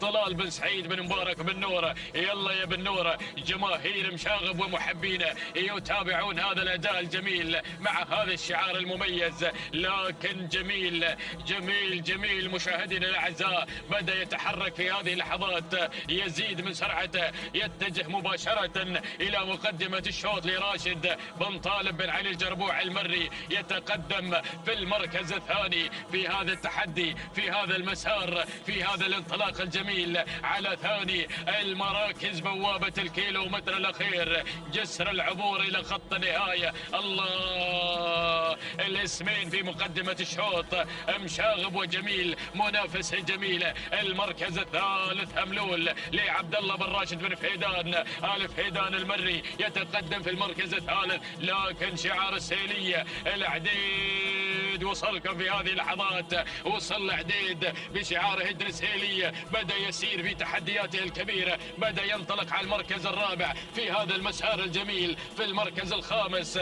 تواجد من مرعوب، ولكن البداية جميل في الصدارة مع المساحة الخضراء. هذا هو جميل بشعاره المميز في مقدمة الشوط مع المركز الأول والصدارة. جميل مع الانطلاق حتى هذه اللحظات. مشاغب في المركز الثاني العديد، وصل مع حجن السيلية على المركز الثالث. وفي المركز الرابع هملول. من المنتصر في هذا الشوط؟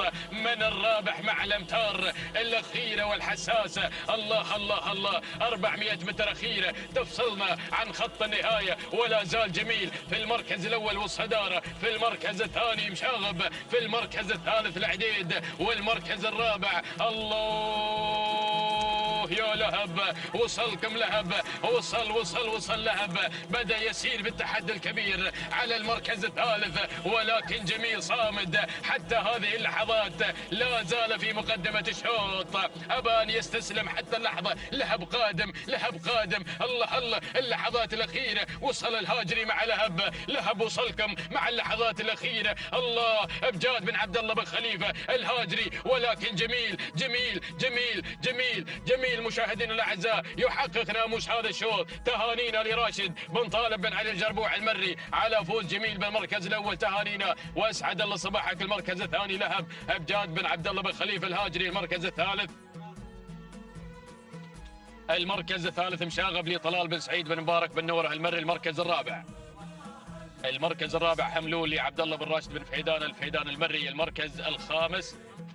المركز الخامس العديد من هيجن السيلي. هذه نتيجتنا، ولكن مشاهدينا الاعزاء تهانينا والناموس لراعي جميل اللي حقق ناموس هذا الشوط. هذه لحظة الإعادة مع اللقطات البطيئة لنتابع التوقيت الزمني مع جميل اللي حقق ناموس هذا الشوط، قاطع مسافة 8 كيلومترات في توقيت مقداره 13 دقيقة 7 ثواني 46 جزء من الثانية. تهانينا لراشد بن طالب بن علي الجربوع المري على فوز جميل بالمركز الأول. المركز الثاني من وصل لهب، توقيت لهب هو 13 دقيقة 7 ثواني 68 جزء من الثاني. تهانينا لبجاد بن عبد الله بن خليفة الهاجري على فوز لهب بالمركز الثاني. أما ثالث المراكز فكان من نصيب مشاغب وتوقيته 13 دقيقة 9 ثواني 23 جزء من الثاني. تهانينا لطلال بن سعيد بن مبارك بن نوره المري.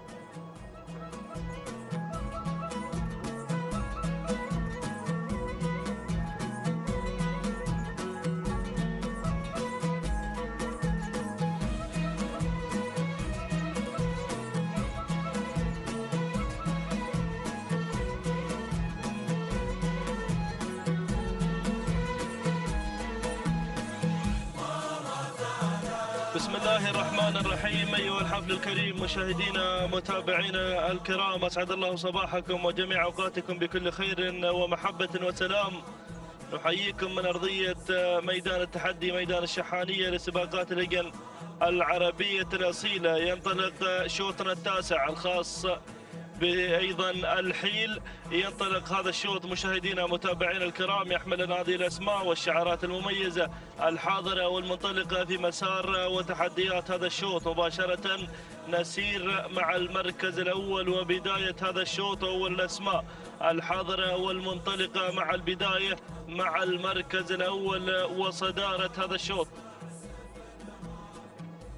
المركز الأول مشاهدينا الكرام متابعين الأفاضل، متعبة مع البداية، خليفة بن حمد بن خليفة العطية من يقدم لنا متعبة بتحدياتها المميزة والجميلة مع المركز الأول، بينما شعار المسند مع المركز الثاني من يتقدم في هذا الانطلاق من خلال تواجد محاسن ناصر بن عبد الله بن أحمد بن عبد الله المسند. شعار الأنيق من يقدم لنا محاسن بتحدياته المميزة. المركز الثالث وصول من ذهول من تصل مع المركز الثالث ايضا بشعار علي بن راشد بن محمد بن عبد الله المري من يقدم لنا شعاره وتحدياته المميزه والجميله. بينما المركز الرابع وصول وتقدم من شعار الخيارين من خلال تواجد نو منصور بن محمد بن منصور السيف.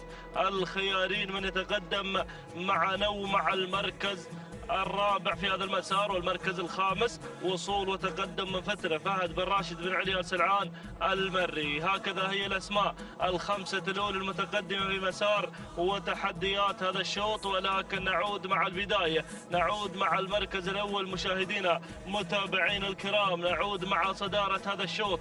البداية والمركز الأول شعار الجريان من يقدم لنا تحدياته المميزة والجميلة من خلال تواجد متعبة مع البداية خليفة بن حمد بن خليفة العطية من يقدم لنا متعبة بتحدياتها الرائعة والجميلة مع المركز الأول وصدارة هذا الشوط. بينما المركز الثاني وتابع التقدم والوصول في ثاني التحديات آسيا مع المركز الثاني ناصر بن عبد الله بن أحمد بن عبد الله المسند. شعار الأنيق من يتقدم تتقدم مع ثاني التحديات من خلال تواجد آسيا مع المركز الثاني. المركز الثالث وصول وقدوم مشاهدينا الكرام مع المركز الثالث ذهول من تتقدم علي بن راشد محمد بن عبد الله المري مع المركز الثالث في هذا المسار. بينما المركز الرابع شعار الخيارين يتقدم شعار صايد الرموز مع المركز الرابع من خلال تواجد نو منصور ومحمد بن منصور آل سيف الخيارين. والمركز الخامس فتنا فهد بن راشد بن علي آل سلعان المري. هكذا هي الأسماء الخمسة الأولى ونداؤنا الثاني مشاهدينا متابعين الكرام للخمسة الأسماء الأولى المتقدمة في مسار وتحديات هذا الشوط.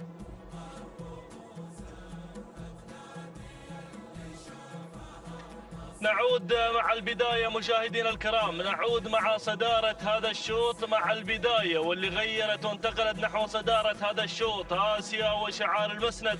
من يقدم لنا آسيا بتحدياتها الجميلة والرائعة هناك مع المركز الأول مع صدارة هذا الشوط من خلال هذا التقدم كما تشاهدون مشاهدينا الكرام متابعين الأفاضل في الكادر العلوي من قناة الريان الفضائية. وأيضا هنا متعبة بمحاذاة أيضا آسيا تنطلق في هذا المسار المميز والجميل بشعار الجريان. أيضا مع ثاني التحديات خليفة بن حمد بن خليفة العطية من يقدم لنا تحديات أيضا متعبة مع المركز الثاني. المركز الثالث من تتقدم هنا في هذه اللحظات مشاهدينا الكرام في هذا الانطلاق المميز والجميل شعار الخيارين من خلال تواجد نو منصور ومحمد بن منصور آل سيف الخيارين. وأيضا من الجانب الآخر شعار بن سلعان يقدم لنا تحدياته الجميلة والرائعة مع فتنة فهد بن راشد بن علي آل سلعان المري. بينما أتابع المركز الخامس وصول وتقدم مشاهدينا الكرام من شيمة حمد بن غانم بن سلطان الهديفي يصل أيضا بتحدياته الرائعة والجميلة في هذا الانطلاق المميز من خلال تواجد شيمة مع المركز الخامس. هكذا هي الأسماء في هذا الانطلاق مشاهدينا الكرام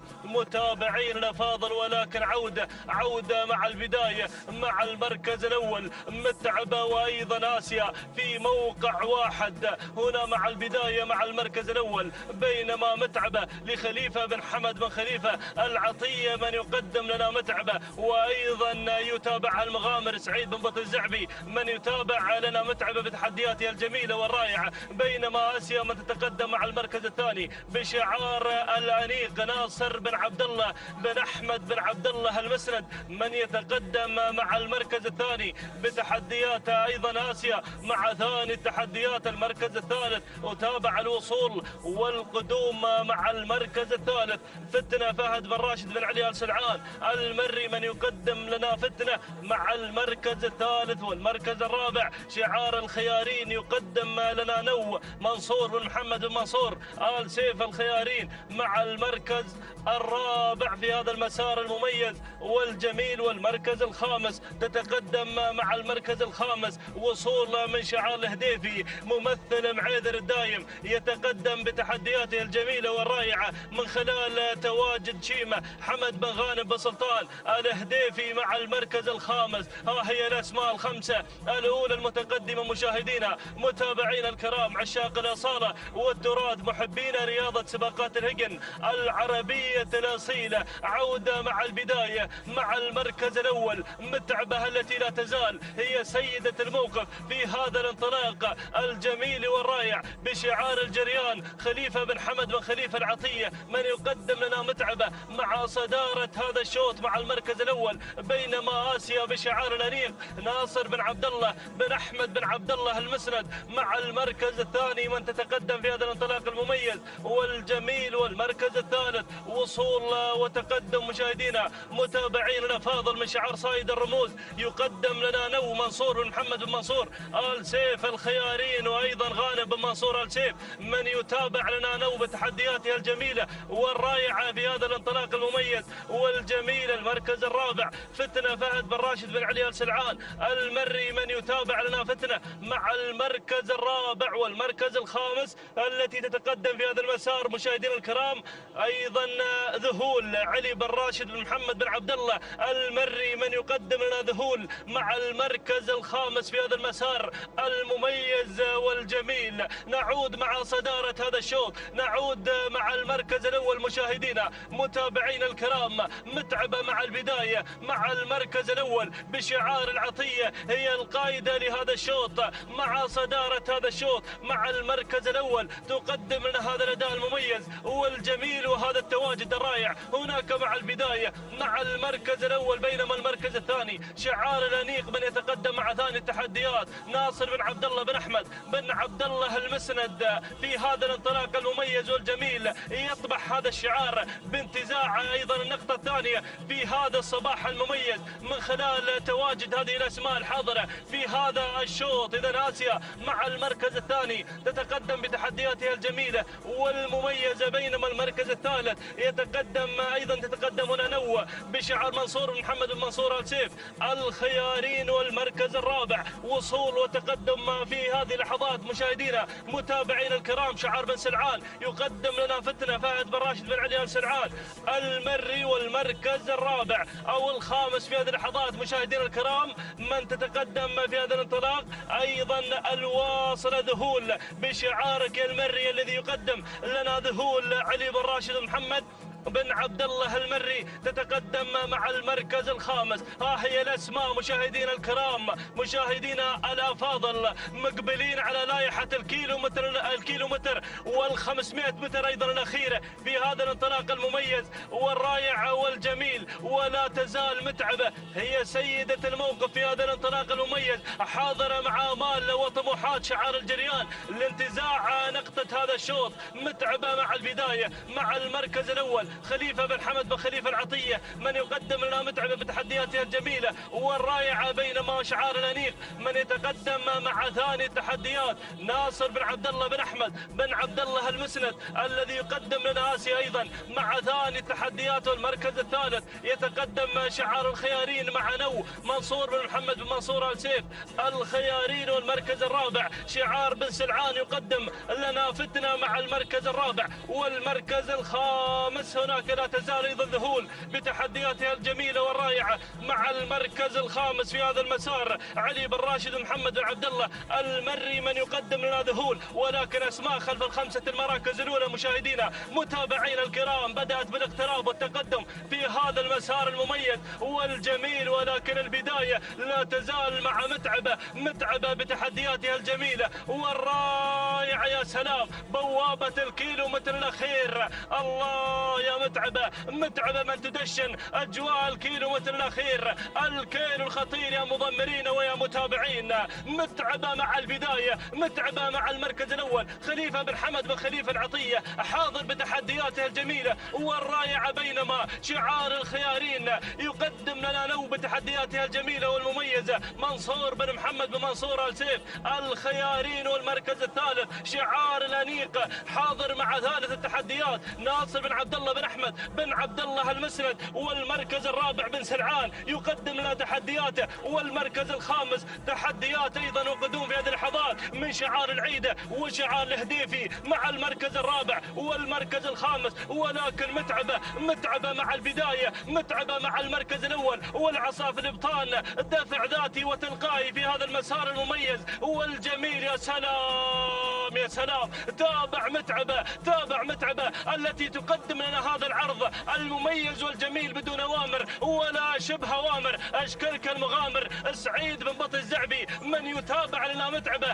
بتحدياتها الجميلة والرائعة، عصاها في الابطان ما قال لها شيء. سلام للجريان، سلام للجريان على هذا الفوز وهذا الانتصار، والسلام إلى خليفة بن حمد بن خليفة العطية مالك هذا الشعار. تهانينا والناموس والتهاني لك يا المغامر سعيد بن بطي الزعبي من قدم لنا متعبة في هذا الشوط بدون أوامر. سلام وتحية واحترام لهذا الشعار، تهانينا والناموس على هذا الفوز وهذا الانتصار. المركز الثاني وصل شعار صايد الرموز من خلال تواجد نو مع المركز الثاني منصور بن محمد بن منصور آل سيف الخيارين. والمركز الثالث وصلت آسيا بشعار ناصر بن عبد الله بن أحمد بن عبد الله المسند.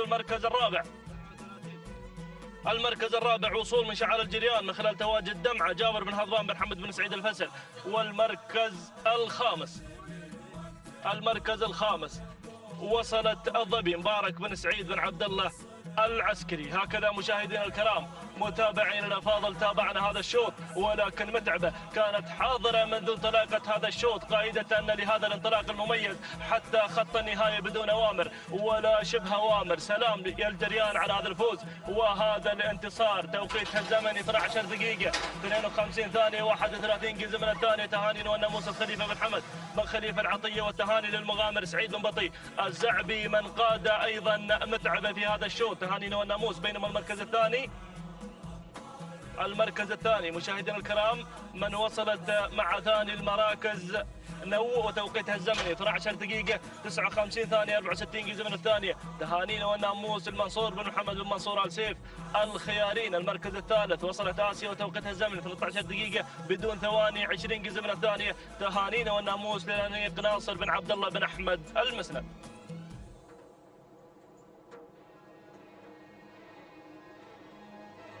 إذا مشاهدينا ومتابعينا الكرام، لا زالت الأشواط متواصلة في هذا الصباح مع انطلاقة شوطنا العاشر، وهو شوط خاص للزمول وتحديات المسافة 8 كيلومترات. نتابع مشاهدينا الكرام هذه الأسماء والشعارات المندفعة والباحثة بناموس هذا الشوط. نتابع المراكز الخمسة الأولى والمركز الأول في هذه اللحظات.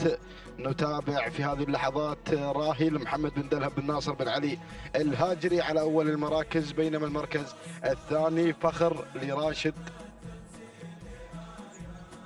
بن سعيد بن راشد آل سنيد المري على ثاني المراكز. والمركز الثالث نتابع القادم والمنطلق الذيب لسعيد بن راشد بن عبد الله بن مبخوت بن قرح المري على مستوى المركز الثالث. والمركز الرابع نتابع من الجانب الاخر القادم والمنطلق مشاهدي الاعزاء شاهين لناصر بن عبد الله بن سعيد بن ناصر الحجري يحتل المركز الرابع، بينما المركز الخامس نجد مشاهدينا الكرام الوصول من قبل مبلش لعبد الله بن راشد بن علي بن ديله المري. هذه النتيجه مشاهدي الاعزاء للمراكز الخمسه الاولى، ونعود مباشره لنتابع الصداره والمقدمه. راهي بشعار محمد بن دلهب بن ناصر بن علي الهاجري يتواجد على أول المراكز، ينطلق ويندفع مشاهدي الأعزاء في هذا التحدي وفي هذا التواجد المميز. بينما المركز الثاني نجد شعار راشد بن سعيد بن راشد آل سنيد المري مع فخر على مستوى المركز الثاني. والمركز الثالث نتابع القادم والمنطلق على مستوى المركز الثالث الذيب لسعيد بن راشد بن عبد الله بن مبخوت بن قرح المري على مستوى المركز الرابع. بينما المركز الخامس من الجانب الاخر اللي يتقدم فيه مشاهدينا الاعزاء ويتواجد فيه نتابع القادم الباز لحمد بن عبد الهادي بن محمد بن مبارك بن نايفه الهاجري. بينما المركز الرابع نتابع مشاهدينا الاعزاء الوصول او الخامس نعم في هذه اللحظه المنطلق شعار الحجري القادم على مستوى المركز الخامس مع شاهين لناصر بن عبد الله بن سعيد بن ناصر الحجري على مستوى المركز الخامس. هذه النتيجه مشاهدينا الاعزاء للمراكز الخمسه الاولى لنداءنا الثاني، ونعود مباشره لنستجد النداء مع انطلاقه وتواجد راهي لمحمد بن دلهب بن ناصر بن علي الهاجري على أول المراكز. بينما المركز الثاني فخر لراشد بن سعيد بن راشد بن آل سنيد المري يتواجد في المركز الثاني. والمركز الثالث الباز لحمد بن عبد الهادي بن محمد بن مبارك بن نايفة الهاجري. شعار بن نايفة يتواجد في هذا الشوط، يقدم لنا الباز على مستوى المركز الثالث. بينما المركز الرابع الوصول في هذه اللحظات من الذيب لسعيد بن راشد بن عبد الله الزعبي يحتل المركز الرابع. بينما المركز الخامس نجد مبلش لعبد الله بن راشد بن علي بن ديله المري يتواجد في المركز الخامس. هذه النتيجه مشاهدي الاعزاء، ولنا عوده مباشره الى البدايه لنتابع هذه المعركه الجميله والرائعه على ارضيه ميدان الشحانيه في اشواط الزمول اشواط الكبار. هنا نتابع راهي على المقدمه، ينطلق في المقدمة بشعار محمد بن دلهب بن ناصر بن علي الهاجري. ولكن من الجانب الآخر الباز حمد بن عبد الهادي بن محمد بن مبارك بن نايف الهاجري يتواجد شعار بن نايف أحد الشعارات الخطيرة، يقدم لنا الباز في المركز الثاني. بينما المركز الثالث أتابع الوصول بهذه اللحظة والتقدم من قبل فخر لراشد بن سعيد بن راشد آل سنيد المري يحتل المركز الثالث. بينما المركز الرابع. المركز الرابع الذيب لسعيد بن راشد بن عبد الله الزعبي يتواجد في المركز الرابع. وخامس التحديات مبلش لعبد الله بن راشد بن علي بن ديلة المري. هذه النتيجة مشاهدي الأعزاء للمراكز الخمس الأولى في طيلة مسافة 8 كيلومترات.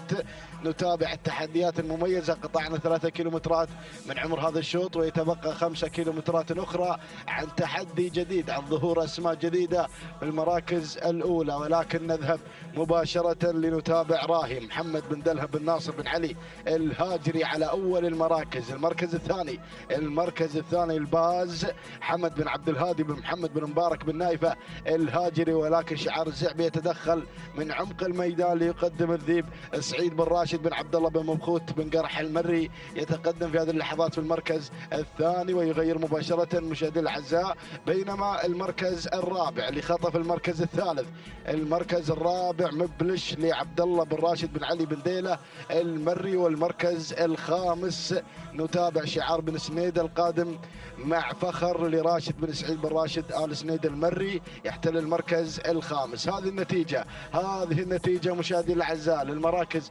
الخمس الأولى الفايف ستار في أشواط الزمول، أشواط فحول المستقبل، بنوك الإنتاج. نتابع مشاهدي الأعزاء ونعود مباشرة إلى المقدمة لنتابع الذيب لسعيد بن راشد بن عبد الله الزعبي. غير مباشرة إلى أول المراكز، يتواجد في هذا الموقع الخطير. ولكن القادم في هذه اللحظة راهي محمد بن دلهم بن ناصر الهاجري وشعار بن ديلة. من الجانب الآخر يتواجد مع مبلش عبد الله بن راشد بن علي بن ديلة المري يحتل المركز الثالث. بينما المركز الرابع نجد شعار الحجري القادم بتحديات شاهين ناصر بن عبد الله بن سعيد بن ناصر الحجري. بينما المركز الخامس يا سلام وصول مميز من قبل راهي سالم بن بخيت بن راشد الفيدي المري على مستوى المركز الخامس. هذه النتيجة مشاهدي الأعزاء للمراكز الخمس الأولى.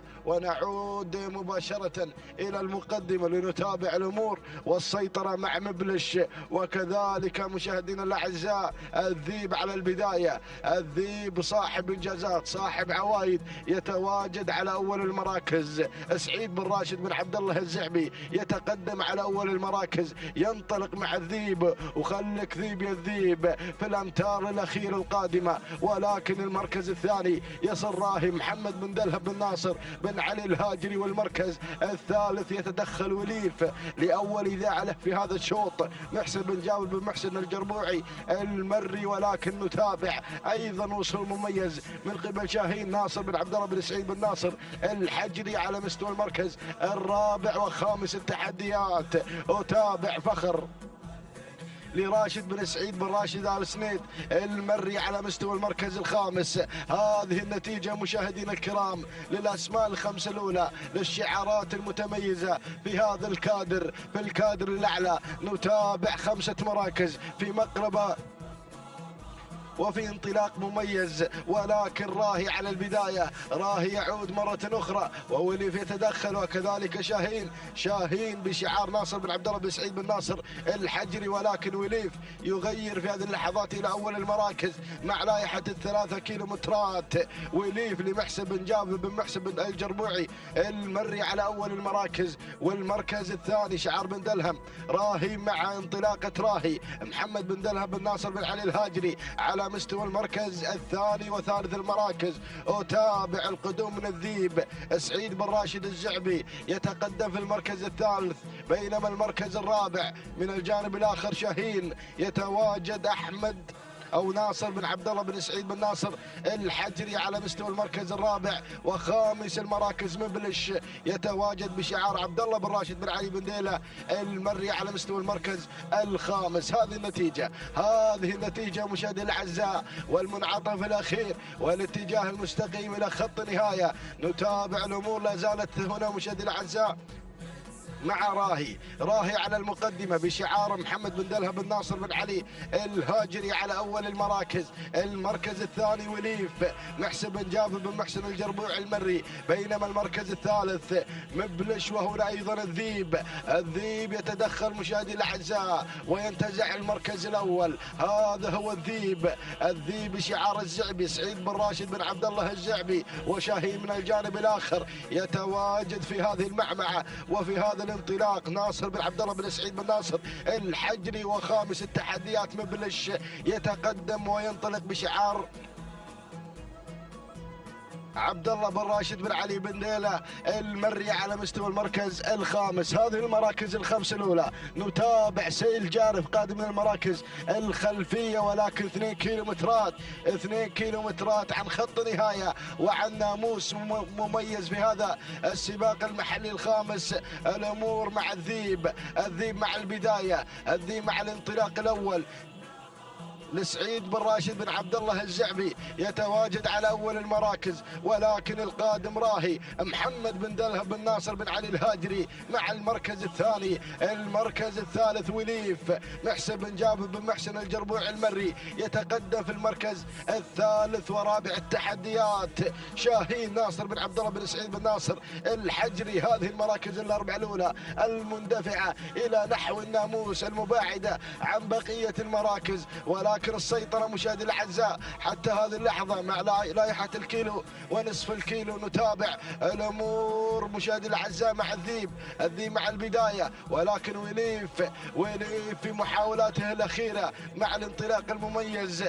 محسن بن جابر بن محسن الجربوع المري يتواجد في المركز الثاني، بينما المركز الأول هنا مشاهدي الأعزاء الذيب سعيد بن راشد بن عبد الله الزعبي. والمركز الثالث راهي محمد بن دلها بن ناصر بن علي الهاجري. ورابع التحديات أجد شاهين ناصر بن عبد الله بن سعيد بن ناصر الحجري على مستوى المركز الرابع. ولكن الله يا هذه الأسماء مميزة. أتابع شعار صايد الرموز القادم في هذه اللحظات والمنطلق في المركز الخامس. وهنا أيضا مبلش مشاهدي الأعزاء يعود إلى المعركة عبد الله بن راشد بن علي بن ديلة المري، ولكن نذهب إلى وليف مع البداية، وليف مع أجواء الكيلومتر الأخير. يا سلام يا وليف على الصدارة، الله يا وليف يتواجد في المركز الأول، يتواجد في هذا الانطلاق وفي هذا الحضور الجميل. وليف لمحسن بن جابر بن محسن الجربوع المري على أول المراكز.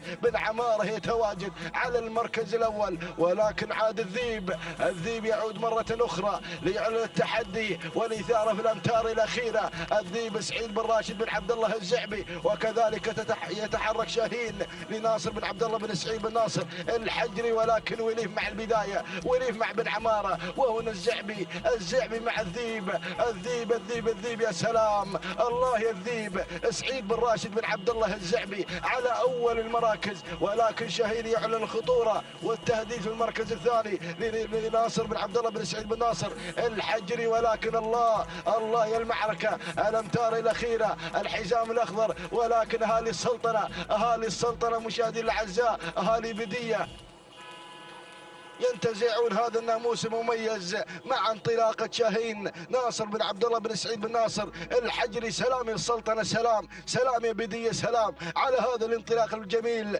مع شاهين. تهانينا والناموس لناصر بن عبد الله بن سعيد بن ناصر الحجري على هذا الفوز والتألق في صباح هذا اليوم. المركز الثاني الذيب لسعيد بن راشد بن عبد الله الزعبي. المركز الثالث كفو لعلي بن عبد الله بن راشد بن فهيدان المري. المركز الرابع جاء في مشاهدينا الاعزاء مبلش لعبد الله بن راشد بن علي بن ديله المري. المركز الخامس حل فيه مشاهدينا الكرام وليف لمحسن بن جابر بن محسن الجربوع المري. اذا مشاهدينا الاعزاء تهاني وناموس الى اهالي السلطنه على هذا الفوز وحضور شاهين في هذا الصباح وفي هذا الشوط العاشر.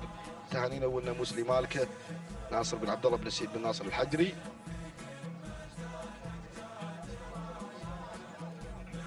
التوقيت الزمني 13 دقيقة 7 ثواني بدون أجزاء من الثاني. تهانينا وناموس لمالك شاهين على هذا الفوز. المركز الثاني جاء في مشاهدينا الأعزاء الذيب قدم أداء وعرض يشكر عليه سعيد بن راشد بن عبد الله الزعبي 13 دقيقة 9 ثواني 10 أجزاء من الثانية. تهانينا والناموس. بينما المركز الثالث حل في مشاهدينا الاعزاء كفو لعلي بن عبد الله بن راشد بن ميدان المري، والتوقيت الزمن 13 دقيقة 12 ثانية و23 جزء من الثانية. تهانينا والناموس لجميع الفائزين.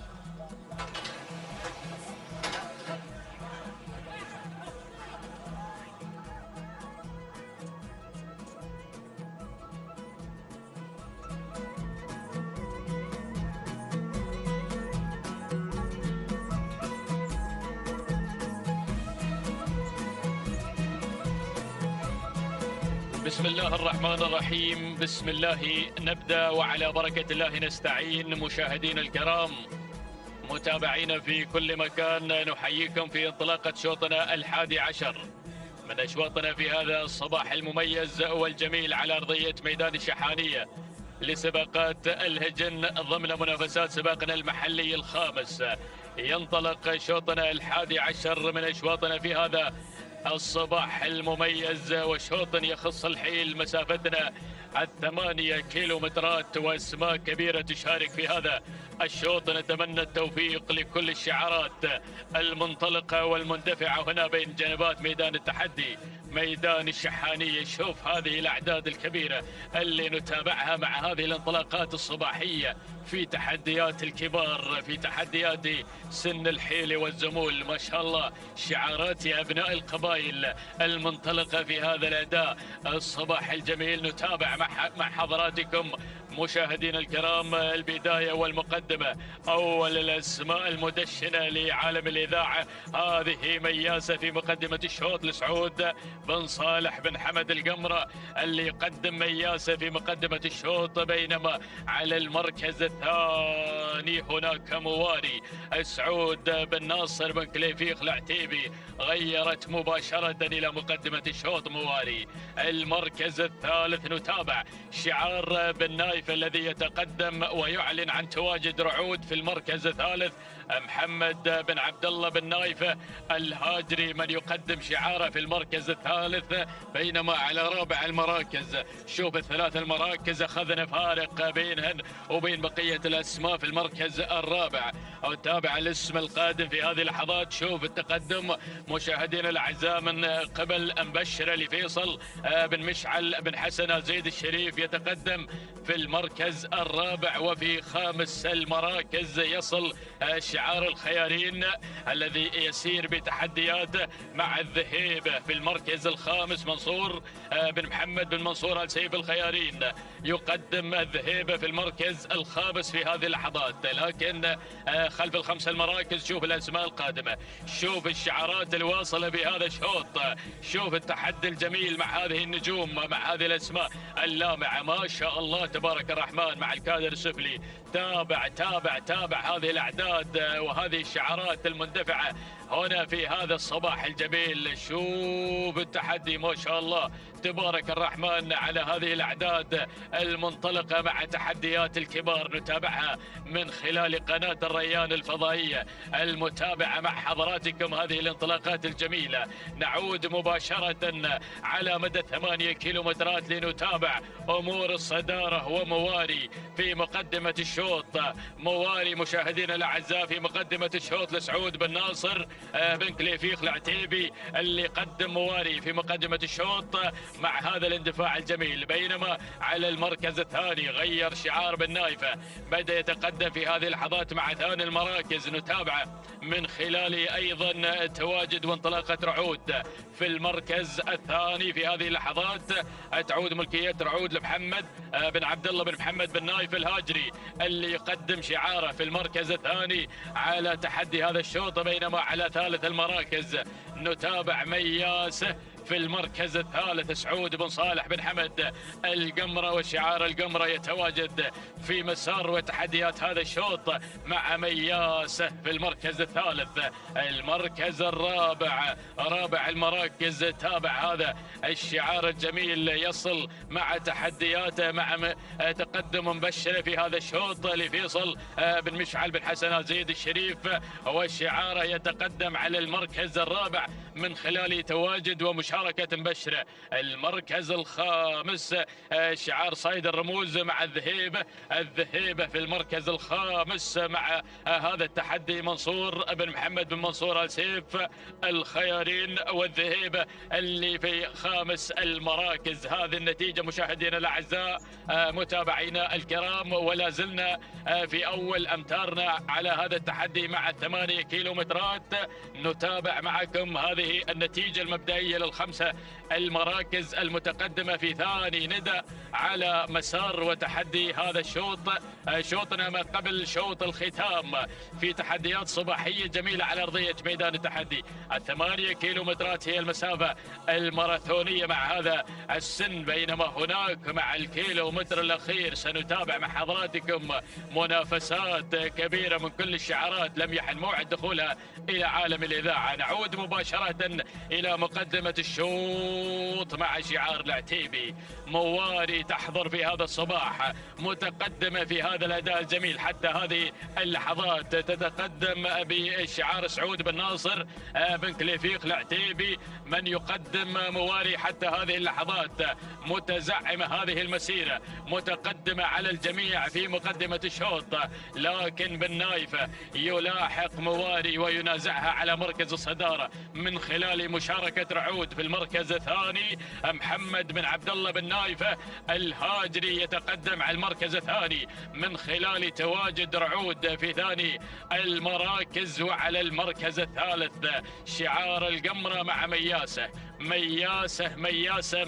في المركز الثالث. سعود بن صالح بن حمد القمرة يتقدم على المركز الثالث من خلال تواجد مياسة. انتصفت المسافة 4 كيلومترات تبقى عن نهاية هذا الشوط. والذهيبة في المركز الرابع. شعار الخيارين يتقدم منصور بن محمد بن منصور آل سيف الخيارين مع الذهيبة اللي في المركز الرابع، غيرت من خامس المراكز إلى رابع المراكز في هذه اللحظات ما شاء الله. المركز الخامس خامس المراكز مشاهدينا الأعزاء. نتابع في المركز الخامس لا زال التواجد من مبشر الفيصل بن مشعل بن حسن آل زيد الشريف مع المركز الخامس، لكن أسماء بدأت بالظهور في هذه اللحظات ما شاء الله. شوف هذه اللقطات الجميلة.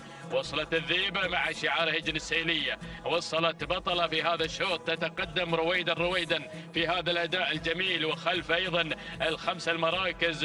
شوف الجميع بدأ يقترب، الجميع بدأ يسير في تحديات ومسار هذا الشوط ما شاء الله تبارك الرحمن الله. وشعار بن حبيب أيضا قادم في تحدياته الجميلة مع مهم. هذا الشوط مهم وهذه أشواطنا مهمة أيضا على أرضية ميدان الشحانية في منافسات سباقنا المحلي الخامس قبل مهرجان المؤسس ما شاء الله. هذه الأسماء الكبيرة والمشاركة في هذا الشوط نتابعها معكم مشاهدينا الأعزاء. 8 كيلومترات مع هذا التحدي الجميل. اشتعلت المنافسة، بدأ الخطر، بدأ الجميع بالتحرك، لكن العتيبي ومواري في مقدمة الشوط. لا زالت في مقدمة الشوط مواري تعلن تواجدها وانطلاقتها الجميلة. سعود بن ناصر بن كليفيق العتيبي مع مواري في مقدمة الشوط.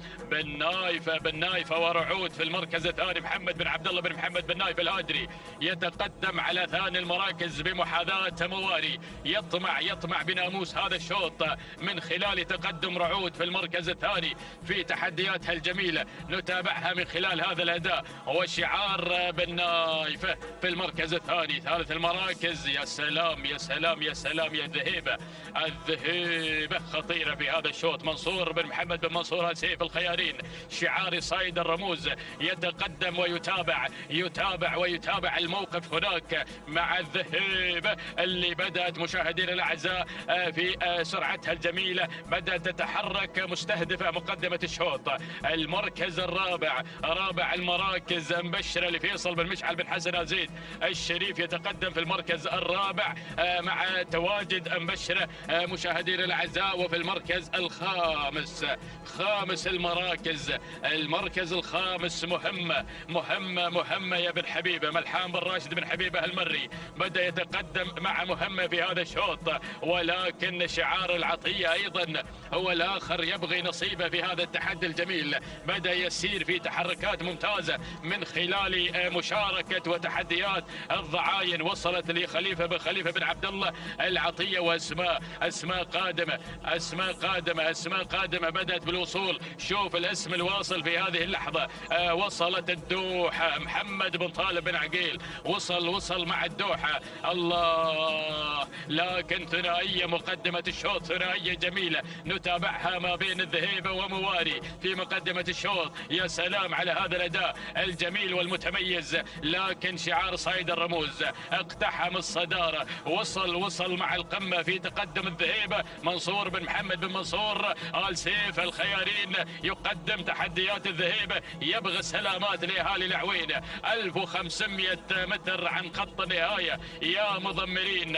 الله، الذهيبة غيرت مباشرة. منصور بن محمد بن منصور آل سيف الخيارين يقدم الذهيبة في المركز الأول. المركز الثاني مواري لسعود بن ناصر بن كليفيق العتيبي. المركز الثالث تحركت وانطلقت مبشرة فيصل بن مشعل بن حسن آل زيد الشريف. المركز الرابع وصل بن عقيل مع الدوحة، محمد بن طالب بن عقيل بدأ يتقدم مع الدوحة على المركز الرابع. المركز الخامس وصلت منصورة، هجن التحدي خطيرة. منصورة صاحبة نقطة إن ما خانتنا الذاكرة في المحل الرابع، وصلت في هذه اللحظات نتابعها من خلال تقدمها الجميل. هذه نتيجتنا مشاهدينا الأعزاء. لكن 1000 متر عن خط النهاية، يعني الكيلومتر الأخير يا صايد الرموز. الذهيبة في مقدمة الشوط، الذهيبة عصاها بالابطال، يعني الدفع ذاتي والأداء تلقائي. منصور بن محمد بن منصور آل سيف الخيارين من يقدم الذهيبة في المركز الأول. الذهيبة في صدارة الشوط، لكن الخطر قادم من خلال تواجد مبشرة فيصل بن مشعل بن حسن آل زيد الشريف على المركز الثاني. المركز الثالث وصل شعار الأنيق، الحية وصلت لناصر بن عبد الله بن أحمد المسند. المركز الرابع شوف نوف وصلت محمد بن علي بن عبد الهادي الغفران المري، تقدمت هناك مع شعار بن عبده. لكن الذهيبة، الله على هذا الأداء الجميل، حتى اللحظات هي نجمة لهذا الشوط في هذا الأداء، حتى اللحظات الذهيبة. منصور بن محمد بن منصور آل سيف الخيارين، والذهيبة هي الأقرب. لكن شعار الأنيق وصل مع الحية في هذه اللحظات، لكن الذهيبة موقعها مميز وفارقها يؤهلها للوصول إلى مركز تحدي هذا الشوط وإلى الناموس والانتصار. الله الله الله الله الله الله. منصور بن محمد بن منصور آل سيف الخيارين، سلام الذهيبة، سلام والسلامات لأهالي العوين. تهانينا والناموس على هذا الانتصار مع منصور بن محمد بن منصور آل سيف الخيارين. تهانينا واسعد الله صباحك. المركز الثاني الحية ناصر بن عبد الله بن احمد المسند. المركز الثالث وصلت مبشرة فيصل بن مشعل بن حسن آل زيد الشريف. المركز الرابع كان من نصيب الضعاين لخليفة بن عبد الله العطية.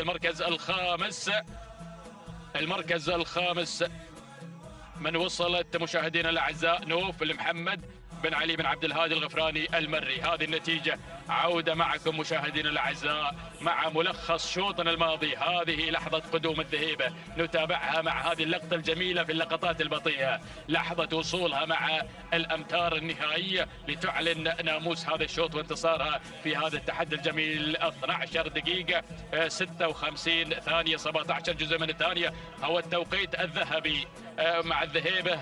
تهانينا لمنصور بن محمد بن منصور آل سيف الخيارين اللي قدم الذهيبة في هذا الشوط. المركز الثاني من وصلت مشاهدينا الأعزاء الحية توقيت 12 دقيقة 59 ثانية 42 جزء من الثاني. تهانينا لناصر بن عبد الله بن أحمد المسند. المركز الثالث كان من نصيب مبشرة وتوقيت مبشرة، هو 13 دقيقة بدون ثواني 25 جزء من الثانية. تهانينا لفيصل بن مشعل بن حسن وزيد الشريف.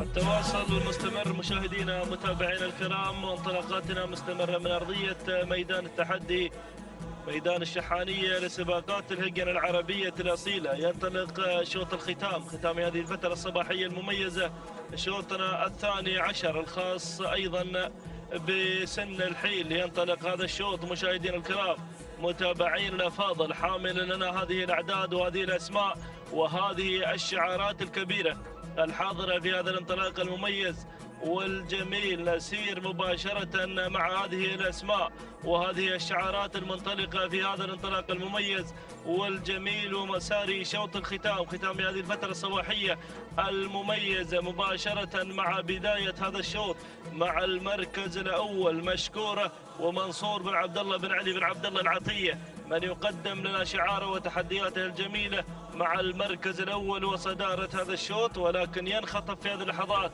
من قبل شديدة وهجن السيلية التي تقدم لنا شديدة مع المركز الأول في هذه اللحظات. المركز الثالث وتابع التقدم من شعار الجريان مقدما لنا رشيدة خليفة بن حمد بن خليفة العطية، والمركز أو عفوا مشاهدينا الكرام المركز الثالث في هذه اللحظات وصول من صعوبة صالح بن سالم بن محمد بن سالم بن جهويل، من يقدم لنا شعاره وتحدياته الجميلة والرائعة. المركز الرابع وصول من رشيدة خليفة بن حمد بن خليفة العطية، والمركز الخامس وصول من شعار بن جهيم يقدم لنا ختالة حمد بن علي بن راشد المري الحاضر بانطلاقة شعاره مع المركز الخامس. هكذا هي الأسماء المتقدمة في مسار وتحديات هذا الشوط مشاهدينا متابعينا الكرام، ولكن نعود مع البداية، نعود مع المركز الأول وهجن السئلية التي تقدم لنا شديدة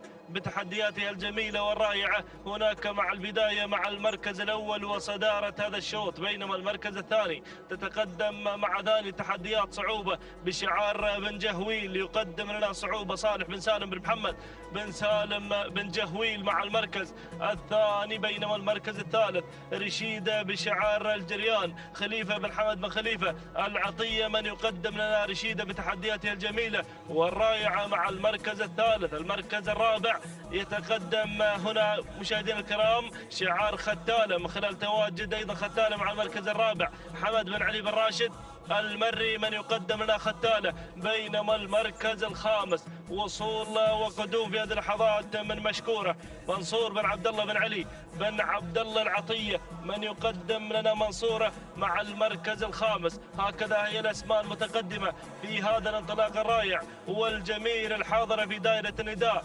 والإذاعة. هذه الأسماء المميزة والجميلة في هذا الانطلاق المميز والرائع ومسار شوط الختام، ختام هذه الفترة الصباحية المميزة التي حملت لنا انطلاقات سن الحيل والزمول ودارت على مدى 12 شوط في هذا الصباح.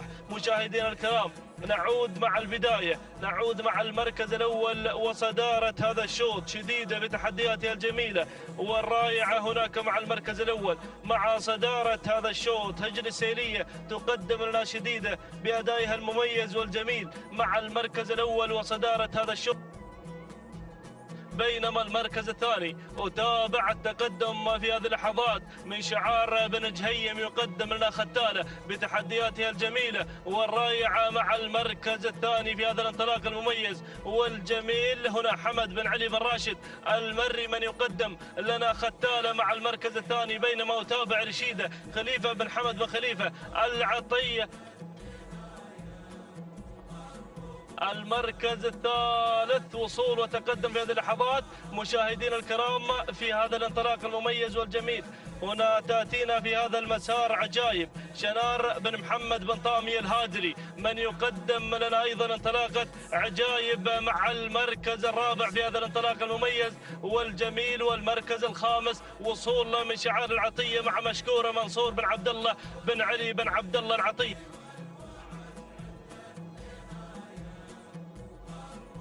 هكذا هي الأسماء المتقدمة في هذا المسار المميز والجميل مشاهدينا متابعينا الكرام. أسماء خلف الخمسة المراكز الأولى، أسماء حاضرة وشعارات مميزة تنطلق. هناك عطنا مخرجنا لقطة على الأسماء هناك في عمق الميدان وخلف الخمسة المراكز الأولى الخمسة الأسماء التي انفردت عن بقية المراكز، أسماء وشعارات حاضرة خلف الخمسة المراكز الأولى تنطلق في هذا المسار. ولكن العودة مع البداية،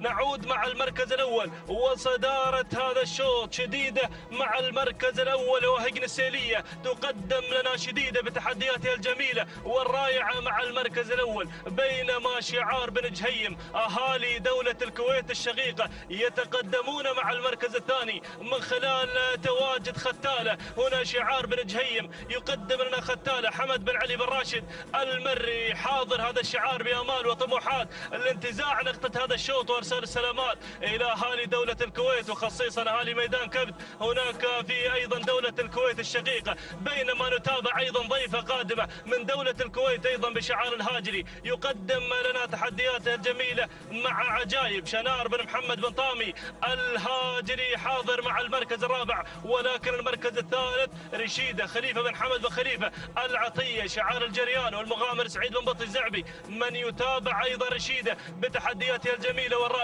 مع المركز الثالث. المركز الرابع شعار الهاجري والمركز الخامس شعار العطيه يتقدم من خلال تواجد مشكوره منصور بن عبد الله بن علي بن عبد الله العطيه. انتصاف المسافه غضينا 4 كيلومتر ويتبقى لنا مثلها، ولكن نعود مع البدايه، نعود مع المركز الاول، نعود مع هجن السيليه مع ايضا شديده التي تنطلق هنا في هذا الانطلاق المميز والجميل لتكون قائده لهذا الشوط من خلال تواجد شديده وهجن السيليه مع المركز الاول مع صداره هذا الشوط. بينما المركز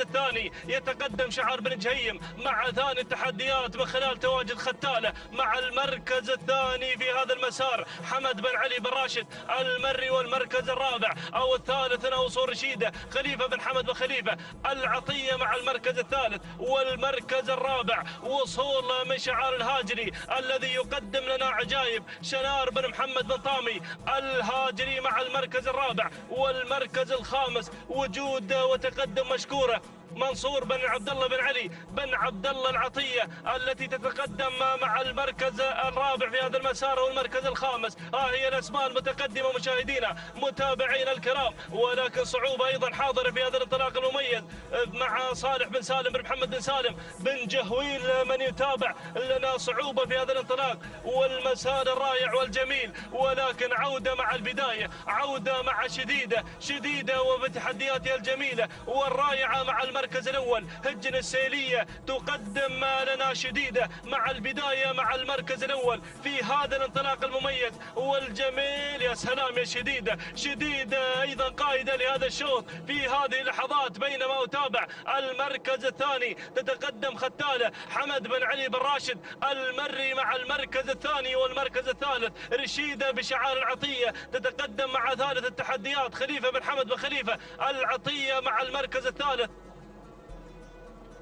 المركز الرابع وصول وتقدم في هذه اللحظات مشاهدينا الكرام من خلال تواجد عجائب شنار بن محمد بن طامي الهاجري ايضا حاضر مع المركز الرابع. والمركز الخامس وصول وتقدم من شعار العطيه الذي يقدم لنا مشكوره منصور بن عبد الله بن علي بن عبد الله العطيه. هي الاسماء المتقدمه مشاهدينا الكرام متابعين الافاضل. ولكن نتابع الاسماء بدات بالظهور وبدات بالاقتراب في هذه اللحظات تحديات الأسماء الحاضرة خلف الخمسة المراكز الأولى المتقدمة في هذا المسار المميز والجميل ولكن شديدة وفي موقع الشدة. هناك مع البداية مع المركز الأول هجن السيلية التي تقدم لنا شديدة بتحدياتها الجميلة والمميزة في هذا الانطلاق الرائع والجميل، ولكن ختالة اللي غيرت وانطلقت نحو صدارة هذا الشوط بتحدياتها الرائعة والجميلة. هناك مع المركز الأول بشعار بن جهيم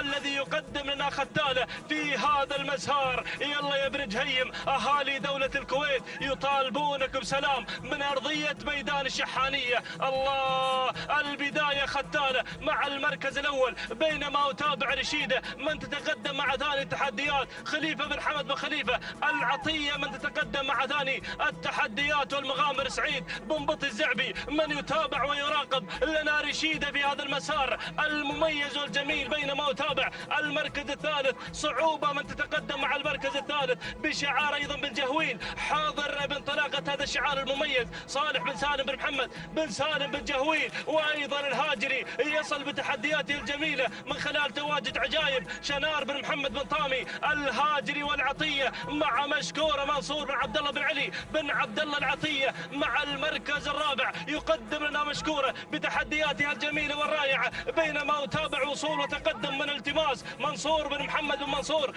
الخيارين وصل بتحدياته الرائعة، وأيضا وصول مشاهدينا الكرام وقدوم في هذه اللحظات من اللي واصل في هذا الانطلاق المميز والجميل. تابع الوصول، تابع التقدم من أيضا اللي وصلت في هذا المسار نهايب، وأيضا حاضر بشعار خليفة بن حمد بن خليفة العطية، ولكن عودة مع البداية، عودة مع المركز الأول مع صدارة هذا الشوط. البداية والمركز الأول ختالة مع البداية.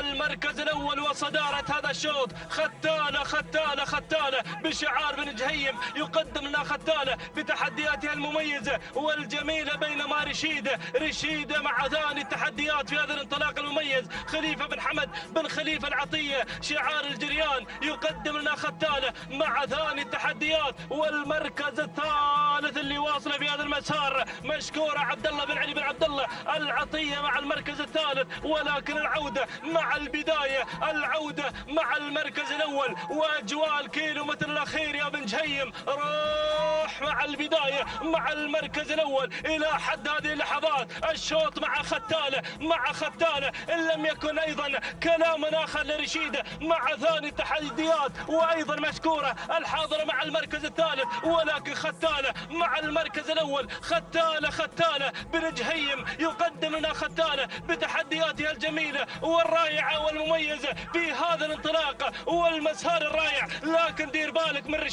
رشيدة مع ثاني التحديات خليفة بن حمد بن خليفة العطية يقدم لنا رشيدة، ولكن ختالة مع المركز الأول. الصدارة مع ختالة، والسلام إلى دولة الكويت الشقيقة. يذهب من ميدان الشحانية إلى ميدان الشهيد ميدان كبدة. سلام وتحية واحترام، لكن مشكورة قادمة منصور بن عبد الله بن علي بن عبد الله العطية، ختالة خلاص ختالة مع المركز الأول. أهالي ميدان الشهيد يختطفون ناموس شوط الختام. سلام بن جهيم، سلام ختالة، سلام والسلام إلى ميدان الشهيد في دولة الكويت الشقيقة. أسعد الله صباحكم على هذا الفوز وهذا الانتصار. وصلت مع المركز الثاني مشكورة منصور بن عبد الله بن علي بن عبد الله العطية والمركز الثالث. وصلت رشيدة لخليفة بن حمد بن خليفة العطية والمركز الرابع. وصلت نهاية بشعار خليفة بن حمد بن خليفة العطية والمركز الخامس. المركز الخامس كان الوصول من مواجيب حسين بن علي بن حسين السيقان المري. هكذا مشاهدينا الكرام متابعين الأفاضل تابعنا هذا الشوط، ولكن ختالة كانت حاضرة مع الموعد أيضا تذهب بالسلامات من ميدان التحدي ميدان الشحانية إلى أهالي دولة الكويت الشقيقة، وخصيصا أهالي ميدان الشهيد ميدان كبدة. سعد الله صباحكم على هذا الفوز وهذا الانتصار، ومشكور يا بن جهيم على هذا الأداء المميز والجميل اللي قدمته ختالة في أيضا شوط الختام. أيضا سلام على هذا الأداء المميز وسلمة يمينك على هذا الأداء الجميل والرائع. لحظة وصول إلى خط النهاية باللقطات البطيئة 12 دقيقة 53 ثانية 75 جزء من الثانية. توقيت ختالة صاحبة ناموس شوط الختام. تهانينا والناموس الحمد بن علي بن راشد المري على هذا الفوز وهذا الانتصار. بينما المركز الثاني وصلت مشكورة وتوقيتها الزمني 12 دقيقة 55 ثانية 80 جزء من الثانية. تهانينا والناموس المنصور. أيضا تهانينا والناموس مشاهدينا الكرام لمنصور بن عبد الله بن علي بن عبد الله العطية. المركز الثالث وصلت رشيدة وتوقيتها الزمني 12 دقيقة 56 ثانية 93 جزء من الثانية. تهانينا والناموس الخليفة بن حمد بن خليفة العطية. هكذا مشاهدينا الكرام متابعينا الأفاضل كانت أيضا أشواط هذا الصباح، ولكن وصلنا للختام. ونذكر من خلال هذه الصفحة التي تظهر على شاشة قناة الريان الفضائية حضرت ديما مع أول أشواطنا الصباحية بشعار حمد بن ناصر بن حمد آل حفيظ المري التي خطفت ناموس الشوط الأول الرئيسي في هذا الصباح. تهانينا والناموس يا بن حفيظ على هذا الفوز وهذا الانتصار، وهي ايضا صاحبه التوقيت الافضل والاميز في صباح هذا اليوم بتوقيت زمني وقدر 12 دقيقه 49 ثانيه 15 جزء من الثاني. تهانينا والناموس الحمد بن ناصر بن حمد آل حفيظ المري على فوز ديما بالشوط الاول الرئيسي، وايضا الشوط صاحبه التوقيت الافضل والاميز في هذا الصباح ايضا صاحب الشوط الاول الرئيسي للقعدان مشاهدينا للزمون مشاهدينا الكرام شعار ايضا عبد الله بن علي بن عبد الله العطيه حضر عزه ليكون صاحب الشوط الاول الرئيسي في هذا الصباح للزمول. تهانينا والناموس للجميع مشاهدينا الكرام على امل اللقاء بكم في الفتره المسائيه وانطلاقات ايضا سن الحلو والزمول لهجنه اصحاب السمو الشيوخ والسعاده. الى ذلك الحين استودعكم الله.